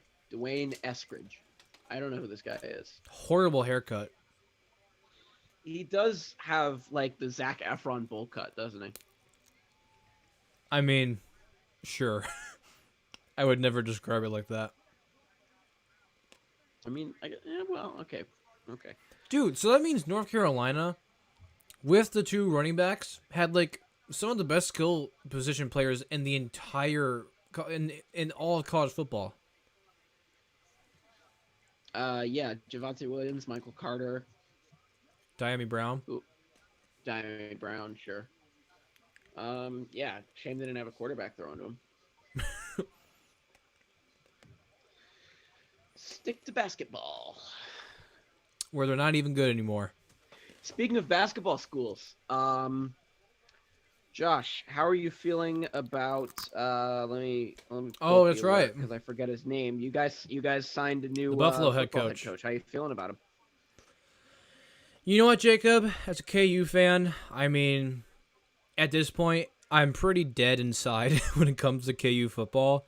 I mean, the amount of suffering and just brutal torture I've had to deal with for the past, man, now 10 years. Yeah, like I was about to say, when was the last time you had a winning season? I think it was like, because I used to watch KU football when I was a little kid, and like I remember vividly, like 2010, we actually had a decent team, like ranked team, but ever since like 2010, 2011, man, it's been god awful. All right, here's a pick for San Francisco. Who? Uh-oh. Aaron Banks, Okay. guard. Interior guy. Notre Dame. Not the guy I was thinking of at all. No. Which is good news. Yeah, I guess so. But yeah, it sounds like he's going to be a starting guard. Probably. So now it is Arizona on the clock. They have a lot of passed on a choice here. corner. They passed on a corner. See, I don't know if this is Ojulari. Because they just drafted Zaven Collins. They signed J.J. Watt. They could absolutely use a tight end. Yeah, this could be Freiermuth. They was thinking corner. Name me the Arizona tight end. Seriously. I think his name is like Max Williams or something, and it's like 2 X's, and that's the only reason why I remember that. I think you might be right, actually. I think the only reason I hope I hope they take a bad one since we need one. Yeah, right. This could be Melifonwu. This could be Elijah Molden. It could be St. Justy or St. Juiced. I think it's a corner. I'm gonna say receiver, and I'm going to go. Who am I gonna go with? I don't know. Marshall's available. You might as well go with him, right? Yeah, but I'm gonna go Rondell Moore. Okay. Yeah, sure. Slot guy, specialist. I feel like he's the type of guy that like could really fit well under Cliff Kingsbury. Yeah, maybe. Whole air raid offense.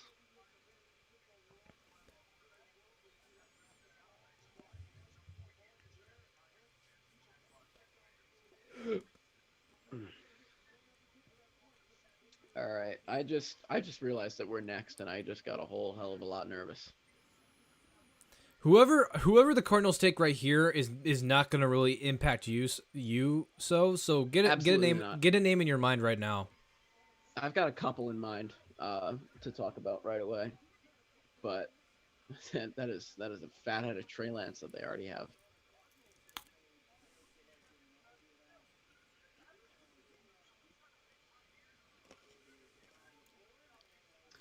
All right, here comes somebody. Here we go. Oh, it's Kelvin Beachum. It's their right tackle. Oh, I was right. I didn't want to be right. Oh, it's a corner?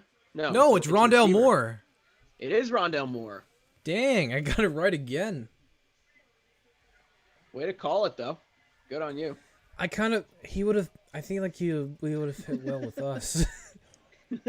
No. Okay. All right. It's not your time anymore. It's my time. Giants are on the clock, baby. Fair enough. I hope you guys pick Kyle Trask. Yeah, I was about to say. We're gonna pick Michael Carter with this. We're coming up pretty fast too. True.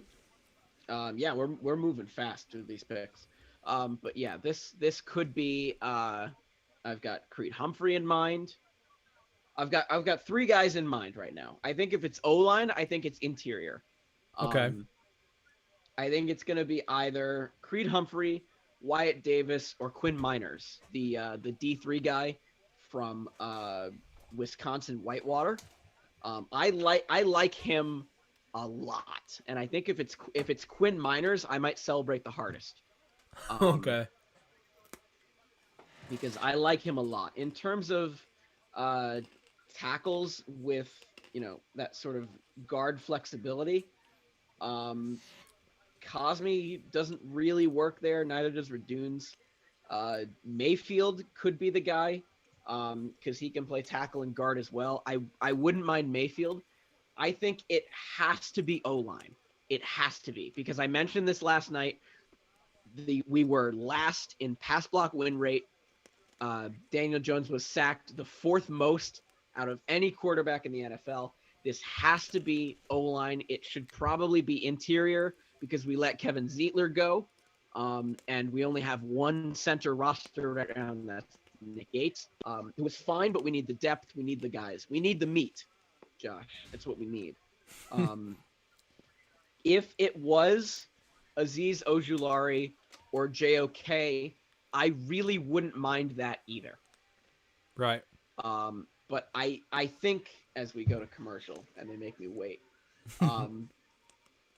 I think this has to be O-line. Wait. So let me ask you this question since you are the fan in this scenario. Sure. If it's not O-line, are you pissed off? Probably. Okay. I feel like it has to be O-line. Even if it's someone like JOK or Azeez. Okay, if it's Azeez or JOK, I won't mind it, but I'll be staring at 4 O-lineman guys and thinking why we didn't pick them.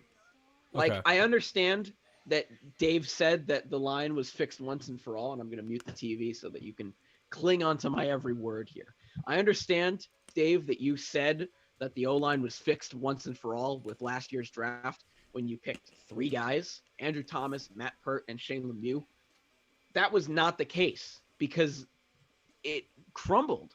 Saquon Barkley tore his ACL because of the O-line, and Daniel Jones was running for his life. He was hurt at one point. We had to play, oh God, who was our backup last year? Colt McCoy. We had to play Colt McCoy, and this year. And so wait, don't mean to cut you off though. The pick is in. Do you want me to tell you who it is? Don't. No. Okay. Same as last time. Don't. Even though I had a pretty big reaction last time. You did freak out when it was Kadarius Toney. Because wait. That was justified. No one saw Kadarius. That was a shock. I understand. But all right. Okay. Look, I understand that this has to be O-line because if it's not, we're gonna end up having to play Mike freaking Glennon because Daniel Jones is gonna be hurt. Oh my God.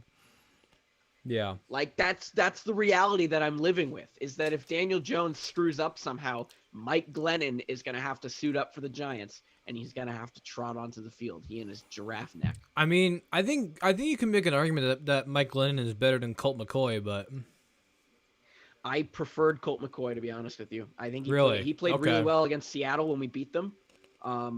Which, by the way, I was having the time of my life when we beat Seattle. I remember recording that episode. That was so fun. I remember that episode too. I was having the time of my life. I was bouncing off the walls.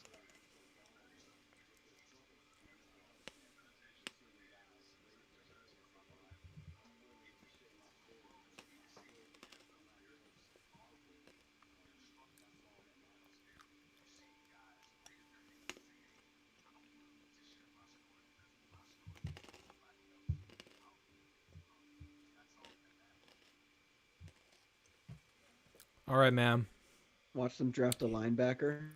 Again, if it's JOK, I'm not miffed, but I'm pissed. I think okay. In this Come on, order, one pick. in this order, Mainers, Humphrey, Mayfield, Davis. That's my order for what I want. I want Mainers. I want to get Quinn Mainers.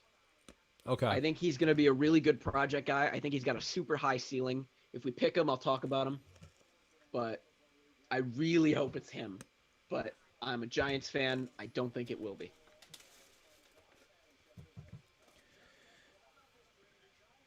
Oh man, I'm super nervous again. Oh, this blows. Oh, this blows, dude. Oh, I just want them to get it right. Yeah. Schefter getting done saying that Gettleman has never traded back in a draft and just did it twice. Yeah, we've got double picks in the first, the third, and the fourth. All right, don't say a word. Not a word. All right. I must be eating over here. That's Sterling Shepard. Nope. No, it's Darius Slayton. I knew that. Okay. Okay. O-line. Okay. O-line.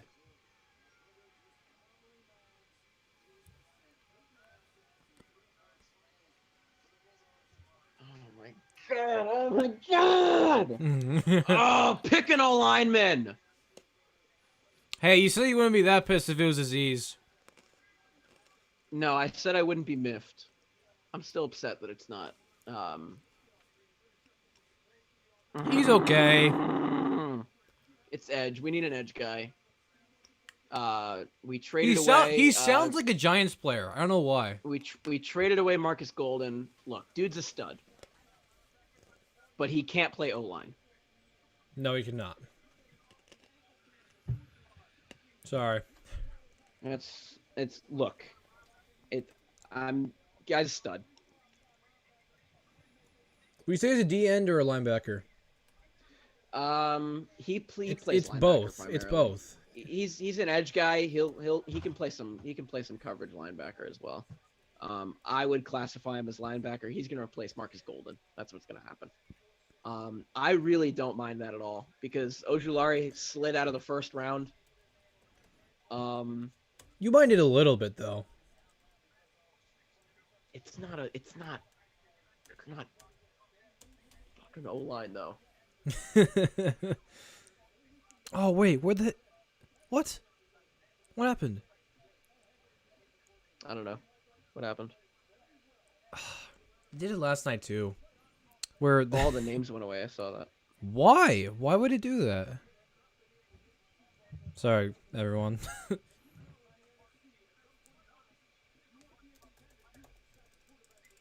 That makes no god awfully sense. Well, it lasted while it did. Fun while it lasted, ladies and gentlemen. It lasted. That is what you get when you have someone like me trying to add all these cool special. Okay, Washington's pick is in. They picked the linebacker last night. They are not going to pick a linebacker tonight. This could be O-line. It could be secondary. Could be a quarterback. This could be the first quarterback off the board.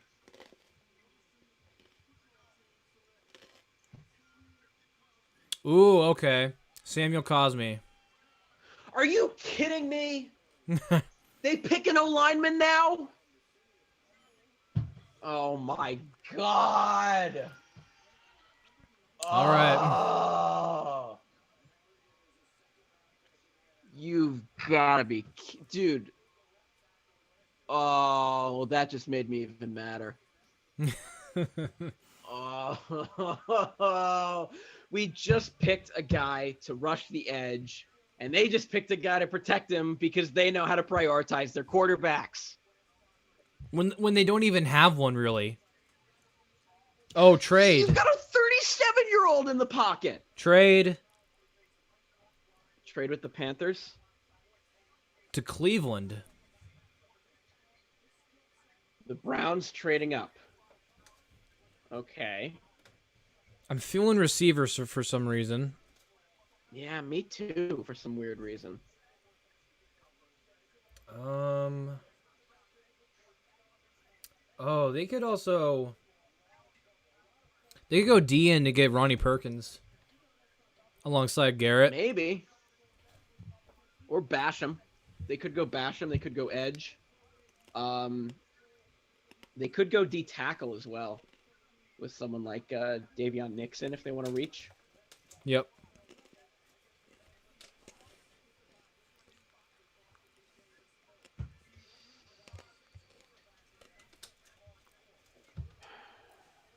Still, we have JOK on the board though. Screw. I'll bulk up 75 pounds. Sign me. I'll play O-line. I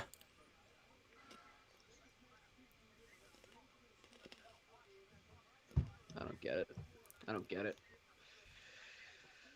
I don't understand. Dude. Samuel Cosme has a girlfriend, I think. She's the same height as him. Yeah, that's wild. That means she's like 6'5", 6'6". And that also means that she's like 80% leg. Oh, whoa. What a character. Dude, Browns fans are insane. Someone just told him that he's got to stay in the seat. I'm going to make a call here. This is JOK. I like the prediction in the chat because they traded up for it. They're surprised that JOK is still on the board. I like that. I like that pick. That's possible.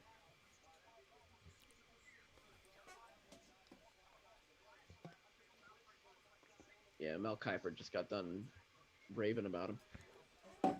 Yeah, it could be JOK. I think people were scared of how skinny he is. It's possible. Yeah, that's certainly possible. Man, we're coming up quick too. Who's on the board? I really like that Ronnie Perkins is still there. If we take Nick Bolton, I'm gonna be a little pissed off. If you take a linebacker, that'll be really funny. I don't mind a linebacker, but I feel like they're just gonna pick if they would pick because there's been lots of reports that they had like multiple meetings with Nick Bolton, and I feel like I hate when teams just pick guys because they're kind of close to them. Yeah, I guess. Yeah, he's a Mizzou guy. I don't know. J.C. Horn went to Carolina. Yeah. And there's Miami, the Miami guy. Yeah. The end. Jalen Phillips. Jalen Phillips. This guy looks like Macho Man. Oh my God! Wait, it is Macho Man. Is it? Oh my God! It is Randy Savage. No, it's not. Oh no. Wait a second. Is that Macho? No. No, I think he's just dressing like him. He's excited. I don't blame him. He's a Browns fan. He's got a reason to be happy.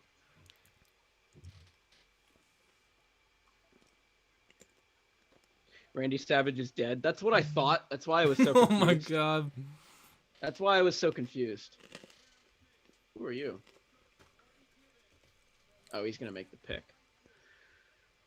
He died in 2011. Yeah, I figured. I had a feeling. Chiefs defense needs help, especially in the secondary. Josh, do you agree? No. You don't think? Nope. Our safeties are covered, and corners aren't great, but they're doable. In unrelated news, Aaron Judge just hit a grand slam. Aaron Jones? You mean Aaron Judge? No, I said Aaron Judge. You said Aaron Jones. I promise you. I promise you. You said Aaron Jones. Run the tape back. I will when I look back at it. All right, here's Beck. I got the alert. I know who it is.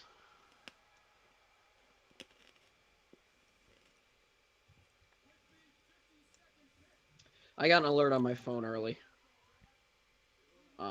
Yeah, this is a great pick by Cleveland. That's all I'm gonna say.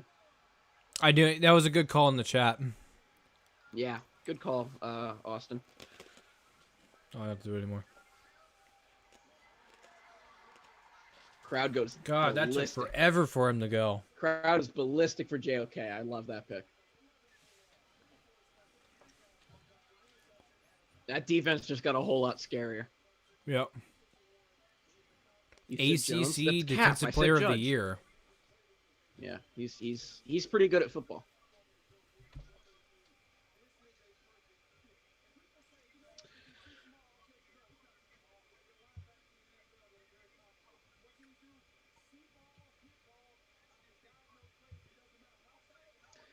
All right, Titans are on the clock. Josh, there is someone that is available on the board who is pretty good at football. His name is Terrace Marshall Jr., and the Titans should pick him. Should they? Right? Or should he kind of fall like 5 spots more? Well, I mean, you know, you got to do what you got to do. But the Titans, who did they even pick last night? I don't even remember. I think they went corner. No, because the Browns went corner and the Packers went corner. I can look it up right now. Oh, wait, no. Well, maybe they went Caleb Farley. Yeah, they did. Caleb Farley. Yeah, okay, there you go. So, yeah, they went corner. Don't doubt me. I'm sorry. I'm sorry. We could also see, now that they lost Jonnu Smith, this could be Freiermuth as well. That's a good point. Yeah. I think this is a receiver. Whether it's Freiermuth or Marshall. I don't think it's O-line. I think it's a skill guy.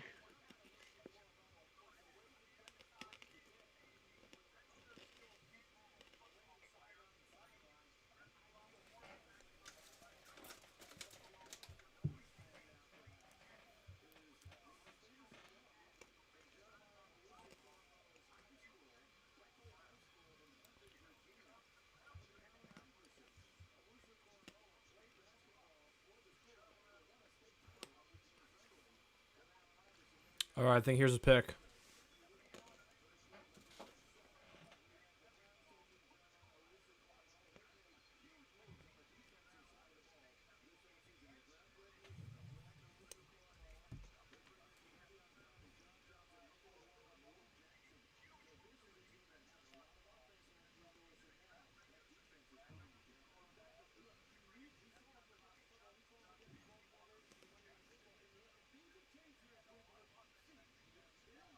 I think this is a skill guy, whether it's Freiermuth or Terrace Marshall. It could be Amari Rodgers as well, or Diami Brown. Yep.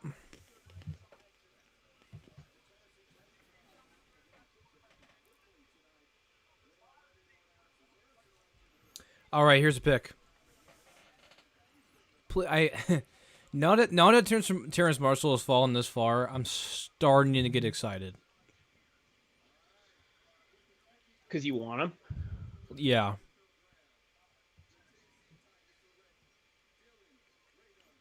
Oh, here's Dylan Radunes. It is O-line. Okay. I like that pick.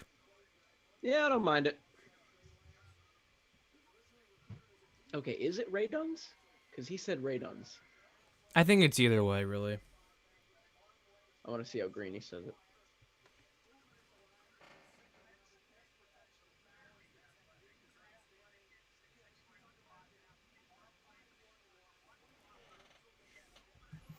He was a guy that not early on, but kind of like middle of the way through the draft process, a lot of people thought this guy could have been a first-round talent.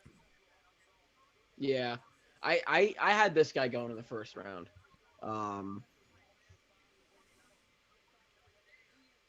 I think he's a he's a good tackle. He was blocking Trey Lance. He was making him able to do all the things that he was able to do. Right.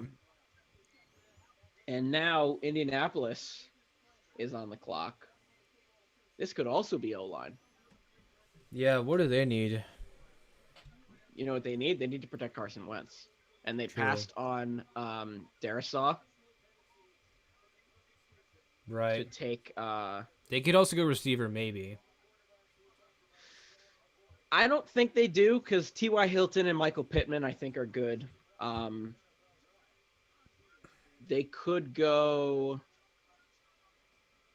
Could they go tight end? Could this be Pat Fryermuth? This could be Jalen Mayfield.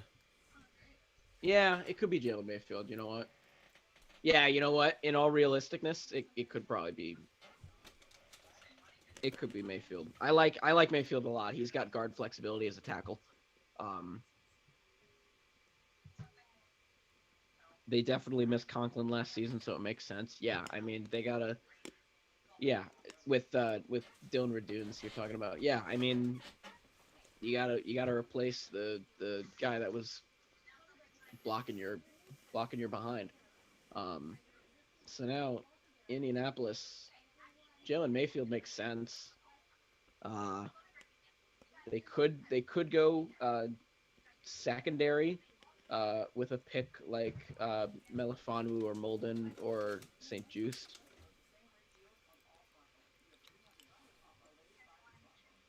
We will see what happens.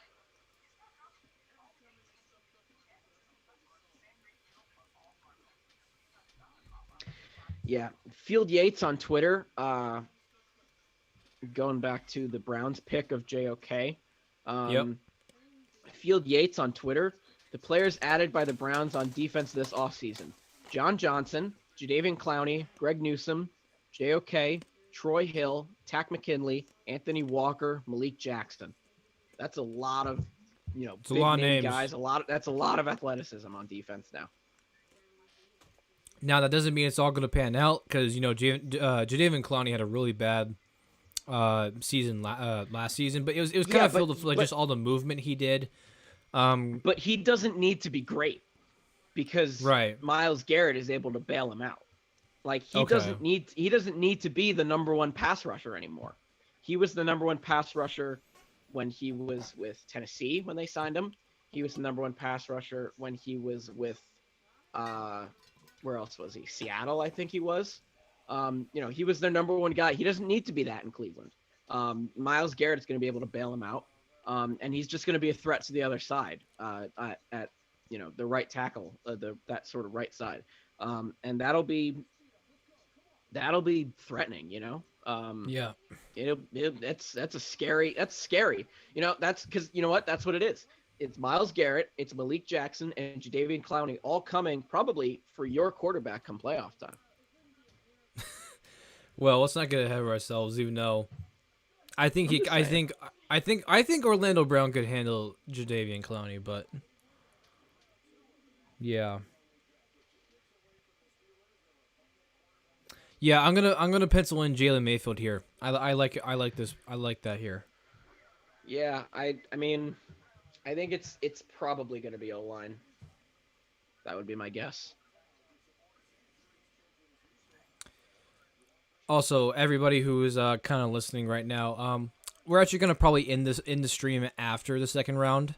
Kind of change of plans. Just I don't know. It's just kind of what we're feeling for right now.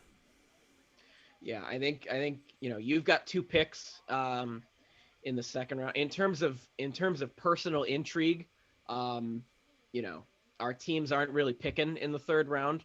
Guys in the third round are gonna start to become guys that we don't really know a whole lot about. Listening to our takes about everything will be unfair. I mean, you can, but I wouldn't take any of our. But it would be unfair to take any information from us because we don't really know a whole lot of these guys anymore. Yeah. So the Colts are making their pick now. Who's making the pick? Is it Darius Leonard? No. No, it's Antoine. Oh, Antoine Bethea, former New York Giant, baby. He should have retired 5 years ago. Wait, what? Why would they? They went DN in first round.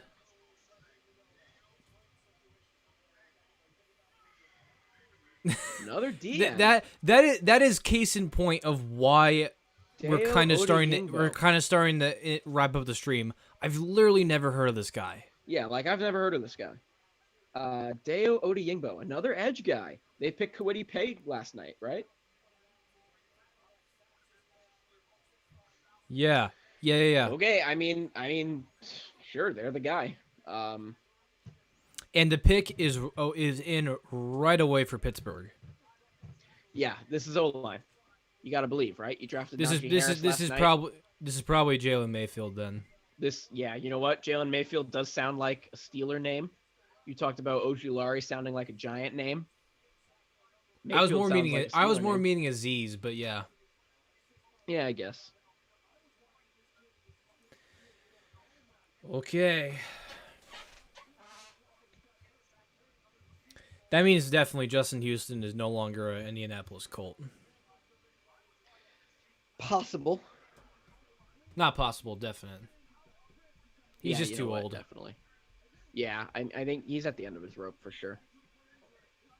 Man, the Packers go Pittsburgh wide receiver. yellow and black Possible. with in the room looks absolutely awesome.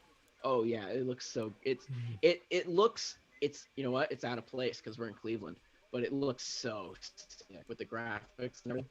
I love the graffiti. Like the pick is in. I know we talked about this last night. Yep. Is that his terrible towel? It looks like a wet wipe that you would get at Buffalo Wild Wings, but like stained in mild sauce. All right, Jalen Mayfield. Hello, Franco Harris, 1990 Pro Football Hall of Fame inductee. You have none of them. You played for Pittsburgh.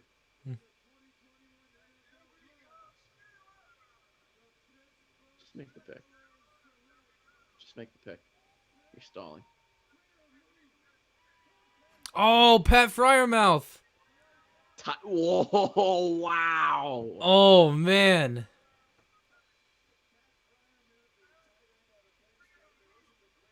Pat, free your move. Wow, that is shocking to me. Who's their tight end? Why would they go tight end? Who's their tight end? I should know this. Steelers tight end. I think the fact that you can't name him right away is evident why they went with him. But I get, dude. You know what it is? You know what that is? I was recognizing. There was a noise. You know what that is? It's urinating tree somewhere in Pittsburgh, screaming. Because why a tight end, Josh? This pick is baffling to me. I mean, obviously tight ends can play on the line and block, but yeah, that's pretty shocking. I don't get this pick. And you know who's up next? Seattle, who is historically bad at drafting besides DK Metcalf. Josh, for the first time this year, Seattle is on the clock. Yeah. Their first of 3 picks tonight. They're not tonight, in the whole draft. They have the fewest amount of picks out of any team in this draft, which means that they got to make the most of it. Dude, now that there's only 2 teams in front of us, I'm really getting excited. Yeah, because we could go Ronnie Perkins, we could go Nick Bolton, we could go Terrence Marshall Jr. Diami Brown still on the board. Diami Brown. We have options. But talking about Seattle, I think the guy that makes sense here is Carlos Basham. Okay. Or you know what? With all the Russell Wilson stuff, this might have to be O-line. Yeah. Mm-hmm. Ebron isn't it. Eric Ebron, that's their tight end. That's They right. signed him Yeah, on like yeah, a 3-year deal last year. Okay, then that really doesn't make sense. I mean, Eric Ebron is never going to be like a long-term option, right? But I don't know. That's weird. That's really weird. Yeah, that's a bizarre pick to me now. Yeah, it's wow. That's mind-boggling to me.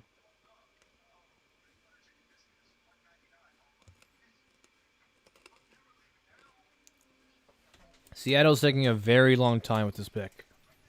They have 3 picks this year. They need to make the absolute most out of everything, or they're trading out.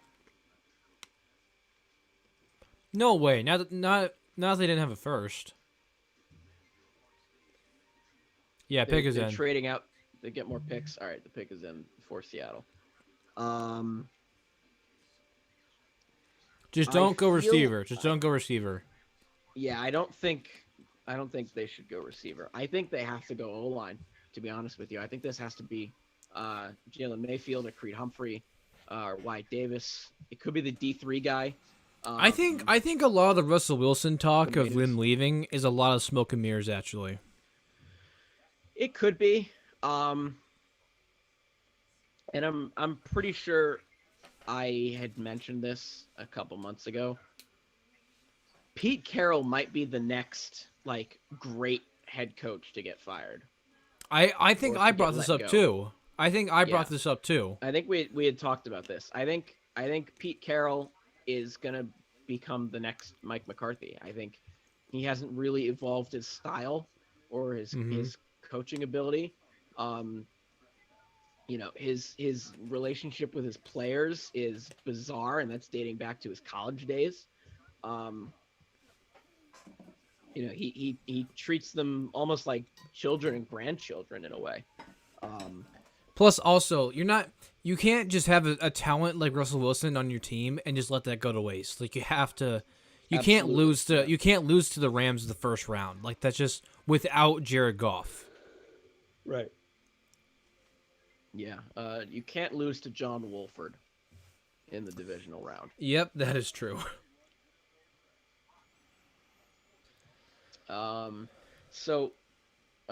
We come back from commercial. I stand corrected. So after Seattle is the Rams, who are also picking for the first time this year. And then us, who are picking for the first time this year. And then you guys, who are picking for the first time this year. And then the other team that we have yet to hear from is going to pick in a few hours, or maybe an hour, depending on how things go. And that is the Houston Texans, who still have yet to make a pick, because Miami has been doing all the picking for them because of the who is that, Laramie Tunsil trade. That's gonna go down as one of the most that's one of the most unforgettable trades ever. Now they turned, and the story is crazy, as Seattle's about to make their next pick. I'll talk about afterwards, but I think O-line. Oh, let's go. That's the one receiver I wasn't sure about. Okay, but it is a receiver. Dwayne Eskridge. Okay. The guy with the terrible haircut. Right. But you said that Seattle should not pick a receiver here. No. Why? Well, I mean, I've always been a big Tyler Lockett fan, and obviously DK Metcalf, and they have a couple of other guys as well. I said, so maybe they are just trying to reassure Russell Wilson come here, because yes, he also needs O-line, but I mean it's always helpful to give your franchise quarterback a really talented receiver. All right. Well, the Draft Network says that Eskridge's ideal role is a developmental number 3 wide receiver. And that sounds like exactly what he's going to be in Seattle. Yeah, but why would you spend a second-round pick on that when you have O-line issues? It's one of 3 picks that you have tonight, or not tonight. I don't like that pick for them. It's a little mind-boggling, especially with Creed Humphrey. He has kick returner talent. He can be a returner. That's true. He can be a special teams guy.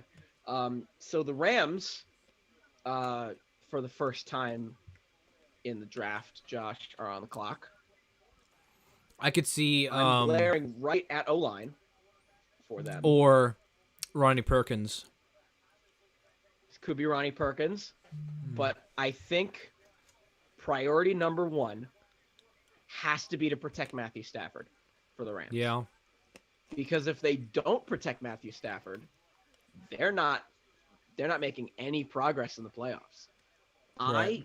I said on my Instagram that when Matthew Stafford got traded to the Rams, I put on my story, direct quote, "So who do you think the Rams are going to face in the Super Bowl next year?"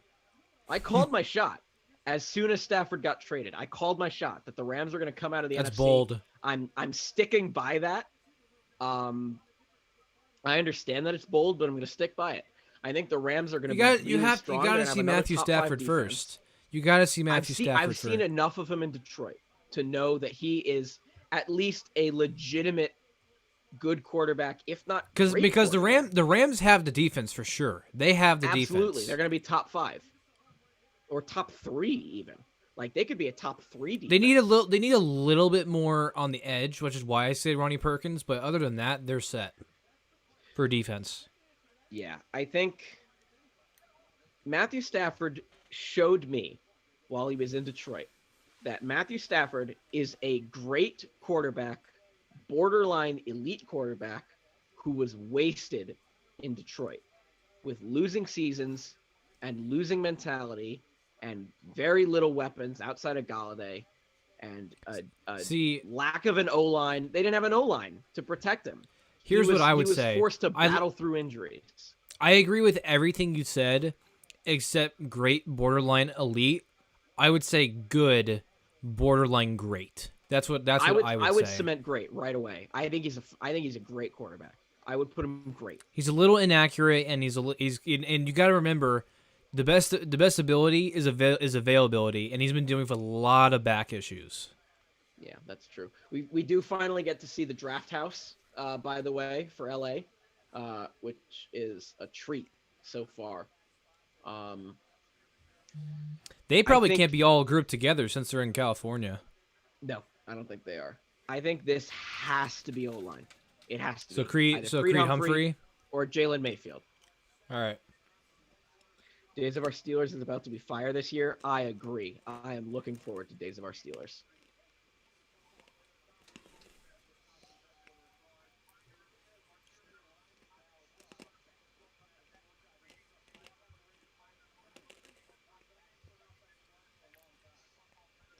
Man, I'm nervous. Man, there's just players just waiting for us. I'm honestly going to be a little bit upset if we take Nick Bolton. Well, it'll be your time to shine eventually, Josh. And I will. We'll be right back up on the board. Happens. I'll give you the floor when that happens. Oh man, this COVID shot is killing me. Yeah.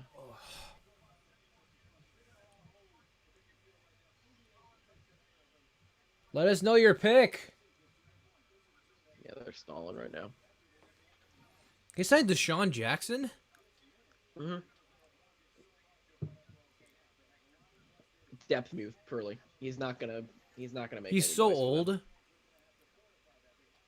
Yeah, he's also. Hey, what's up, Orlando Pace? He's also apparently an anti-Semite, which is amazing. Oh God, yeah, remember that? Orlando Pace, big Orlando.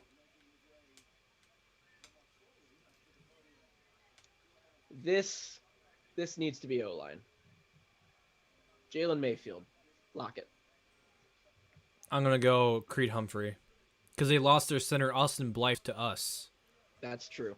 Yeah, that's true. Oh, they got Tutu Atwell. He's a receiver, right? Yeah. Wow. Another receiver that I've not seen anywhere mocked to Kansas City. So, all right, we're on the board now. I'm gonna do my thing, bro.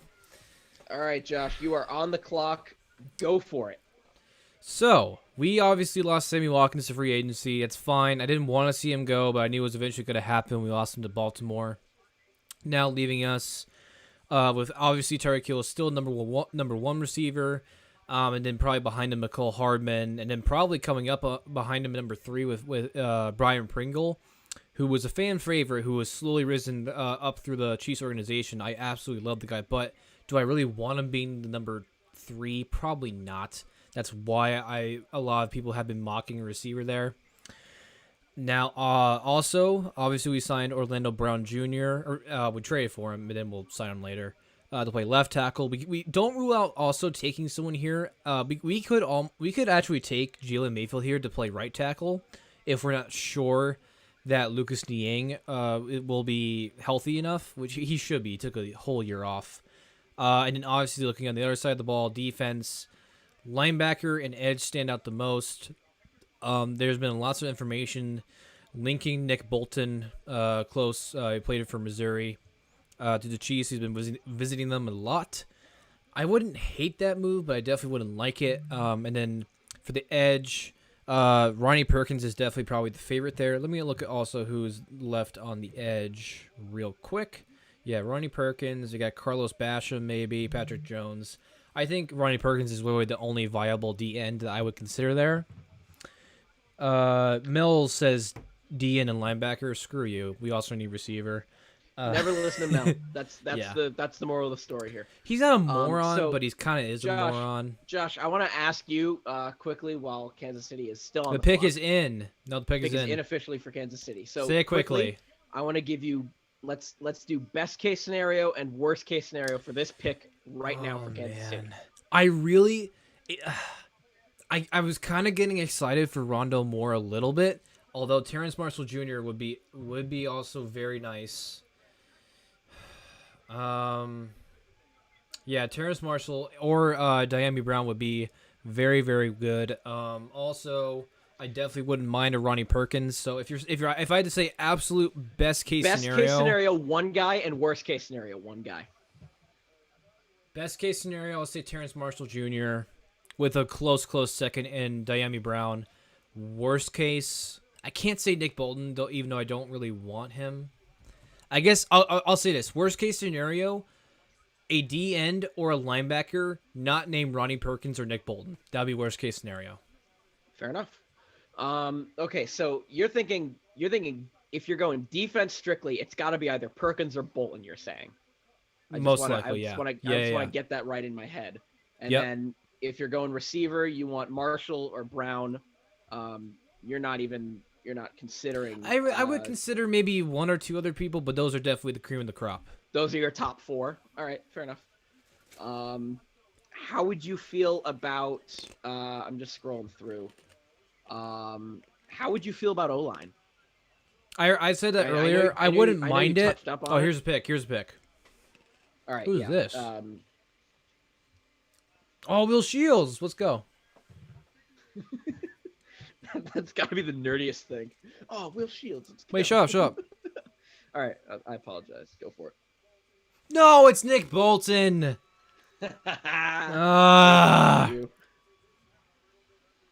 Okay. I mean, it's okay. We needed linebacker, so it's not bad. He'll pair up with Willie Gay, hometown boy. He's gonna be fine. Who was our second round pick last year as well. We're getting athletic at linebacker. Yeah. So now. God, he's skinny. He's skinny as well. He is skinny. This is Carolina? This is Carolina. Because Cleveland traded up. The dude averaged 9 tackles a game. Yeah, he's an animal. So you remember all right. Cleveland traded up for JOK, you got to remember. Right. So this is Carolina on the clock. Okay. Who are they taking the first round again? J.C. Horn out of South Carolina. Right. So they could go O-line with Jalen Mayfield. Jalen Mayfield. Yeah, I mean Jalen Mayfield's available. They picked up the 5th-year option on Sam Darnold, so I don't think they go quarterback. Yeah. They also Carolina have going they have Marshall. They could. Hey, look, they could go Terrace Marshall here. they could. I wouldn't want to. I think what the Chiefs were hoping not to go back to the Chiefs, even though they're going to be on the board right quick again. I think they're thinking. I guarantee you they've called people. I think they believe Terrence Marshall Jr. and Diami Brown are going to still be on the board at 63. So I don't think they're panicking. See, okay, you've got New Orleans, Buffalo, and Green Bay in front of you. Which all could take receivers. I'll venture to guess that at least one of them is going receiver. Especially with the prospect of Terrace Marshall and Diami Brown both being on the board here. Excuse me. And there's also Amon-Ra St. Brown. Amari Rogers out of Clemson is still available. Yep. You know, there's options at receiver that those 3 teams could go to realistically. In terms of what Carolina does, I mean, they could go Terrace Marshall. It's not out of the question. They could go Ronnie Perkins as well. They could go Ronnie Perkins or Carlos Basham at edge. They could go interior with Creed Humphrey or Wyatt Davis. Yeah, there's a lot of options.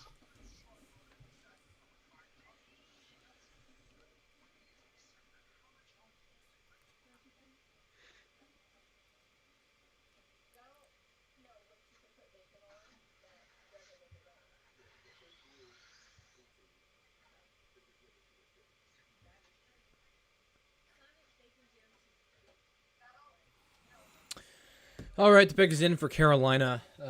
So we're kind of both checking our phones quickly. Yeah, as we kind of as we're wrapping up kind of the live stream. I mean, I'm still having a lot of fun, man. But I mean, yeah, but it's you know what? It's getting to the point where we don't know a whole lot about these people. I'm gonna stay up and watch and see who the Giants take with their 3rd rounder. I hope it's O-line. Yep. Please make it be O-line. It has to be, right? It has to be. Unless right? all of them are gone. It's got to be a guard, right? You got to believe, right? Said that about Halliburton a couple months ago. Didn't happen. I mean, Obi Toppin's a great dunker, man. Obi Toppin's a great dunker. That's cap. That's all he's good at. He averages like 4 points a game. Not to talk about basketball, but it's just we've been talking basketball for so long. But he's averaging like 10 minutes a game, and like 3. Let me pull up his numbers. Actually, screw it. We'll talk about basketball. Just because I want to talk about Obi Toppin. And by the way, while we're on the Knicks, Julius Randle should not be in the MVP conversation for the same reason that Stephen Curry should not be in the MVP conversation. Curry should. He was hot for a while. That's it. That's all it was. Steph Curry was hot for 3 weeks. That's it. That's all it was. I'll take that to the grave. He was hot for a month. That was. look at Adam Schefter and his blanket. Yeah, Shefty's cold. Oh my God, he's so cold. It said it's 50 degrees, man. Come on. Yeah, but 10-mile-an-hour wind. That's what it is. It's the wind.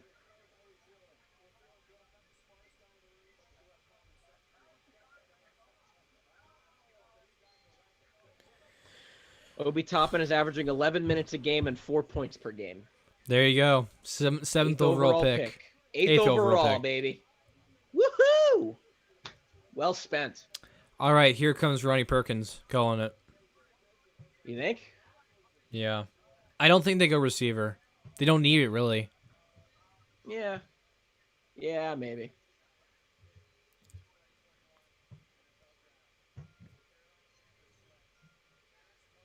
No, he's gone. Terrace No, Yes. Ugh. Sure. I'm okay with that. Gee, pick. dude, they have now Robbie Anderson, DJ Moore, and now Terrence Marshall Jr.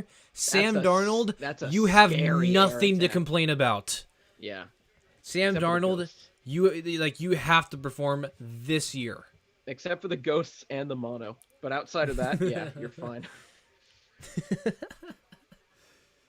God, what a...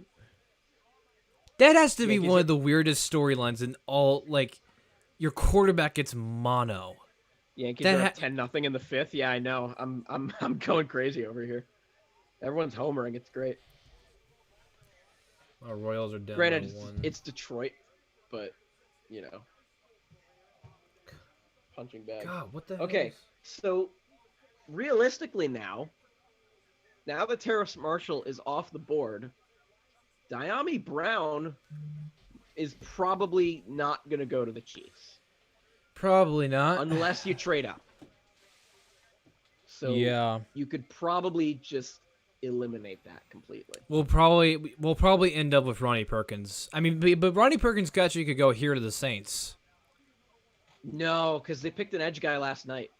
Oh, they did. That's right. Sorry. They picked Peyton. What's his face? That's his name. picked an Peyton. edge Peyton. guy. That's his name. Peyton. Peyton. What's his face? Yep. It's like what's it to you? From that one SpongeBob episode.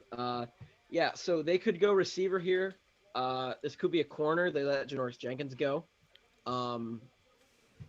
Josh. This could be a quarterback.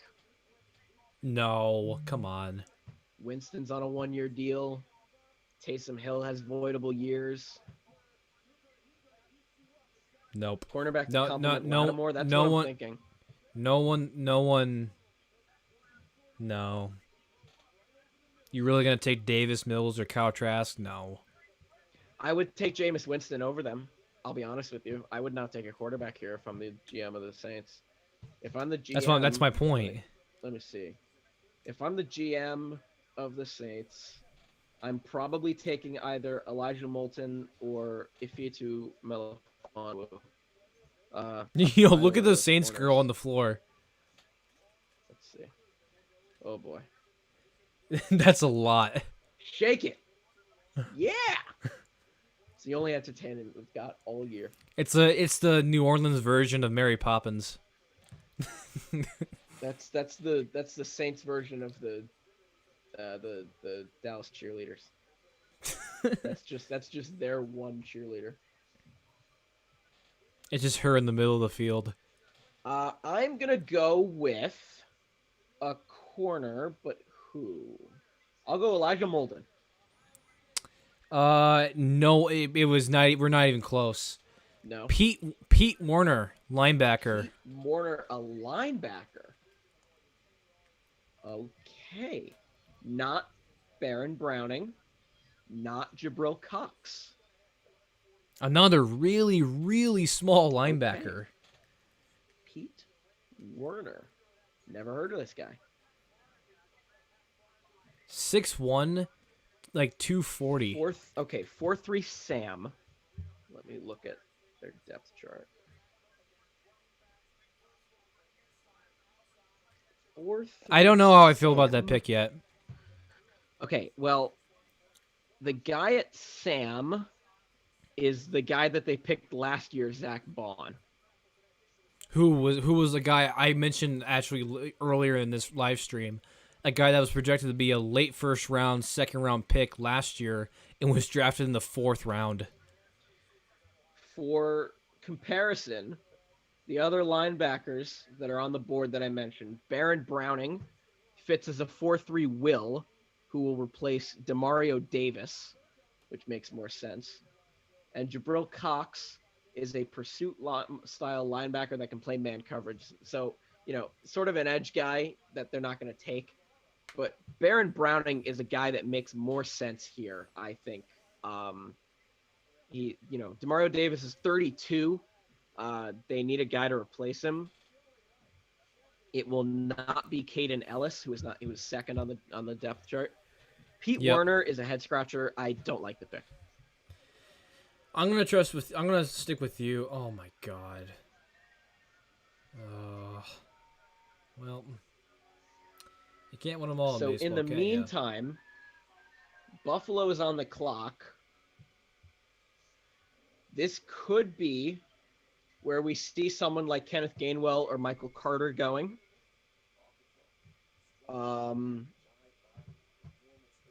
This could be Diami Brown.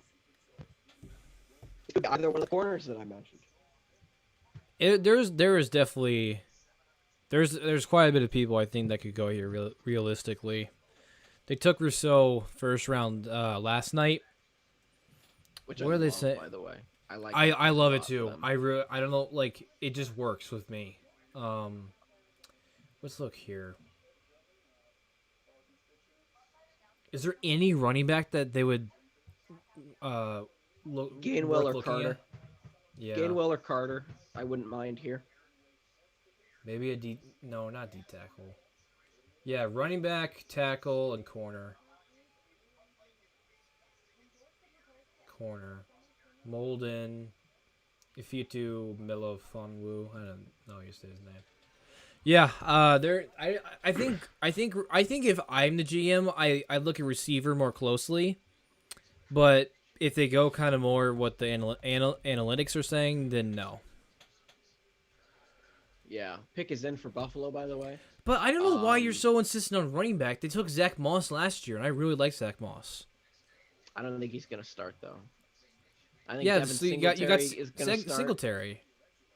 Yeah, I mean, but they're both not great, but is there really someone here that's better definitively than both I of would them? probably I wouldn't take Carter over Singletary. I would probably take Gainwell over Singletary, the running back from Memphis. But they could also double down on defense. This could be Diami Brown as well.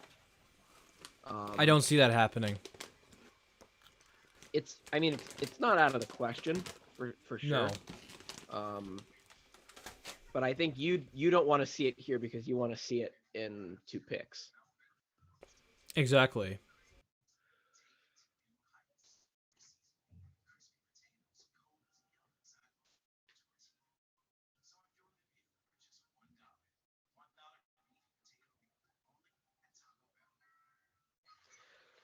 All right. Well, we've got 5 people in the chat right now. So give us your predictions right now for Buffalo. Who do you think Buffalo goes with right now?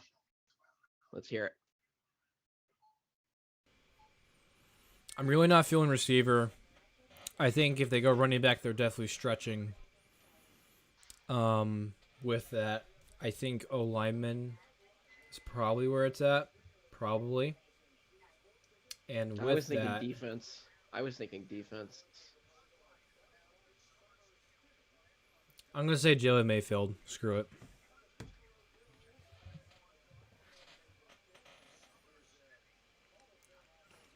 All right, here's a pick.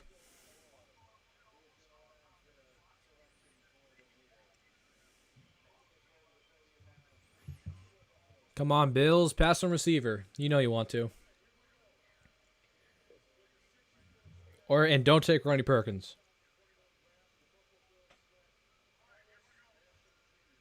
Okay. They took the D end that I didn't really care about. Basham. Okay. Yep. Sure. Leave Ronnie Perkins right for us. Gregory Rousseau in the first round, Carlos Basham in the second round. That's why I wasn't really feeling defense for that pick. I was thinking secondary if they were going to go defense. Yeah. But now, Green Bay is on the clock. Probably the most important pick of the night so far. Is it? Is it really? With everything that's going on with Aaron Rodgers, I would say so. Yeah, I know. I think this has to be one The of pick two is already players. in. Already. This has to be one of 2 players. Realistically and ideally, if you're the Packers. Yep. Diami Brown or Jalen Mayfield. Okay. It has to be one of those 2 guys. If they don't go Diami Brown, I want the Chiefs to take him. Right. Austin is rooting for Green Bay's demise in the chat right now. And I quote, "Put the nail in the coffin, Green Bay."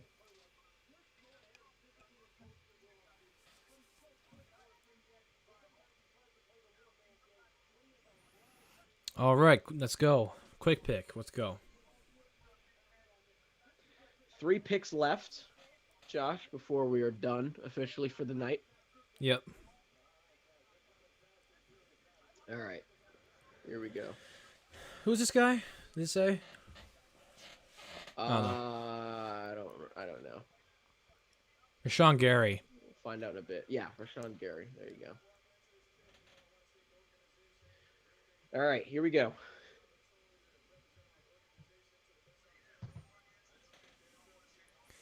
No Dimey Brown. No Dimey Brown.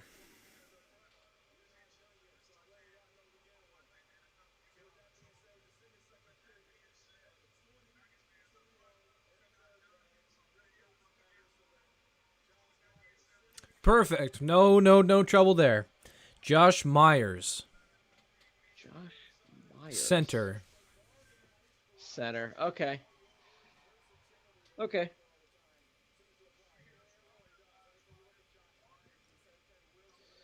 All right. If we hadn't signed Austin Blythe, he actually probably would have been up there with one of my people that I would have probably considered heavily. But now we have Austin Blythe and Nick Gallegretti is still in the team. No problem there. Yeah. So this guy Josh Myers is probably going to start at center for them, which makes sense because they lost their starting center. Ooh, Jacob, the pick is already in. Already? Well, it's not about me, Josh. Go ahead. The floor is yours. I mean, I already kind of did my main spiel. Now that we have Nick Bolton, there's literally only 2 positions that need here, and it's D end and receiver. Anything besides that, I'm gonna be pretty questionable. I mean, maybe tackle with Jalen Mayfield, but that would mean pretty much bad news for Lucas Niang. So yeah, I'm hoping we either take Ronnie Perkins here or Dami Brown. There was four people in the pick 58 that I was comfortable with, and they made one of them, even though it was probably the least one I wanted. Now there's only 2. This is the Chiefs are on a little bit of thin ice right here. All right.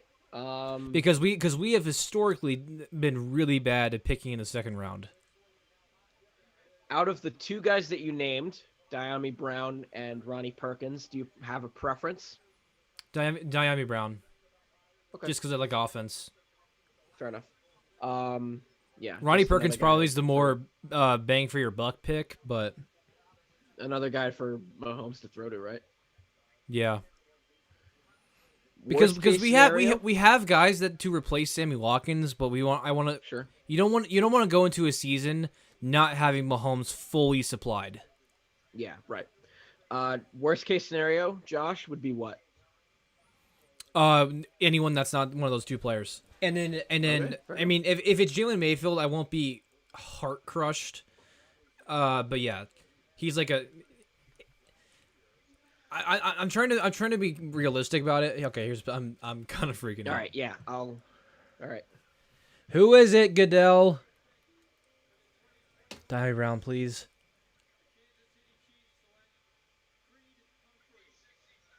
Okay, that. Oh, Creed Humphrey is the pick for the Chiefs. But what about Austin Blythe? What's the point? No, I know. Some people in the Chiefs organization have been talking about this guy, but no, I didn't know. There's bigger needs. You can't use a second round pick on that guy. Oh, I don't know about that.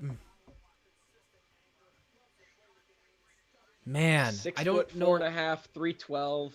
He's not a bad player. I'm not saying like he's like, oh man, that guy's not gonna be good, but we signed Austin Blythe. According to the Draft Network, he's projected to be the starting center. But you guys have Austin Blythe, so I don't know how that's gonna work. Do you think maybe Blythe plays guard or something? or remove this guy to guard. Possible. But we already have Allegretti and we signed Kyle Long. Dude, our O line arguably I is the think best O line in the league. I wouldn't. It's definitely the Put. deepest. I wouldn't put your chips on Kyle Long, just because he's coming out of retirement and you don't know what he's gonna be like. I wouldn't put your chips on him just yet. I understand why you'd be excited about him, but I wouldn't bank on him being phenomenal again. But yeah, I mean, it's not a bad D line considering you gave up Eric Fisher and Mitchell Schwartz. And now, Josh, the final pick of our live stream belongs to Yep. the Super Bowl champion Tampa Bay Buccaneers. Mm-hmm. How clear-cut Dyami Brown is this? Because right now, according to the Draft Network, the number one need is wide receiver. Yep. Yeah, it's pretty They clear could cut here. use they could use some O-line and some D-line. I don't think they really need like a running back or anything like that because they still have they signed Gio Bernard. They still have who do they have? Oh my God, who's they got Rojo, Yep. still, and they've got another guy at running back, right? I think. I think Dyami Brown's probably the favorite here. I mean, what else do they really need? Didn't they take a linebacker? Yeah, it took Joe Tryon. They took Joe Last Tryon, night. who's more of an edge guy. They could go They running back could- maybe. See, I'm not crazy about running back. They could throw everybody off for a loop and pick the quarterback of the future behind Brady. Yep. Possible. I really doubt that. If it is a quarterback though, Josh, who do you think is the next quarterback off the board? Kyle Trask. Kyle Trask, you think? Yep. I would probably go Davis Mills. I think he's more polished. I love Kyle Trask. But I think Davis Mills is a more polished guy. They're both from the Florida area, so or not both, but Kyle Trask, the Tampa. Yeah, I guess he's a local guy. Yeah, it's possible. I mean, Yeah. I like Trask a lot. I still think that Davis Mills is a more polished guy. Mm-hmm. It could be. I don't know who else could it be outside of Dyami Brown. I'm pretty sure he's the favorite, right? Yeah. Also, just because we're gonna probably be signing off soon, thank you to anyone who is watching this video either now, later, whatever. We appreciate all the support here. As with last night and tonight, be sure to check out all the links up here: Twitter, Instagram, Apple Podcast, or any podcast platform. And if you like what you're seeing, be sure to subscribe down to HKS Sports down below. All the support once again is appreciated, and we try to do as many live streams as possible, even though they probably are a little bit of a rare occurrence for the channel, at least for right now. Yeah, I'm gonna mute my TV because it's just the same audio repeating over and over and over again. How are the Yankees doing? We're still up. No Yankee stock here. Come on. I'm sorry. I'm angry. All right, we are back at the draft. Final pick, or at least for us. Mm-hmm. Come on, you ugly Buccaneers.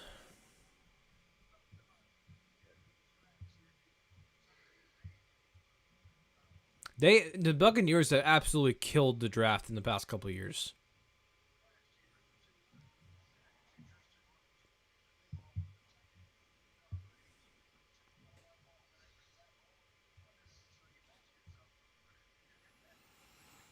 Ooh, man. I'm still thinking about our pick. I know I shouldn't be. Yeah, I think if anything, it gives you more flexibility on the O line. One of Humphrey and Blythe is gonna play guard. Has to be. Most likely. I think it'd be Humphrey since he's a rookie.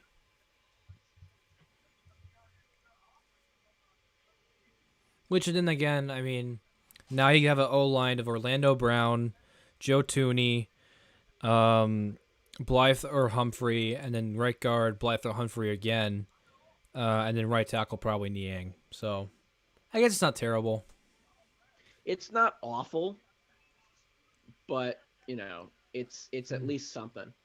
All right, final pick. I think I have to go Diami Brown.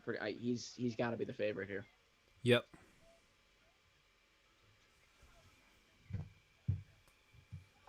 Let's do it, man. Let's wrap it up.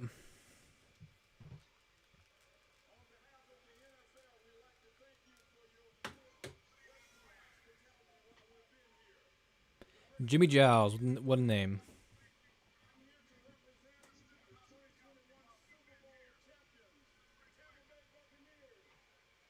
Oh, God. He's going to rub it in. Yep. At least he's not like the Eagles guy from a couple years ago that just rifled off all the things that they won that year. Yeah.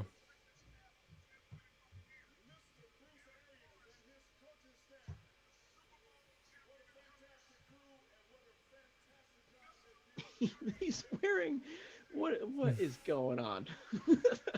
he's got a Peter Check helmet on.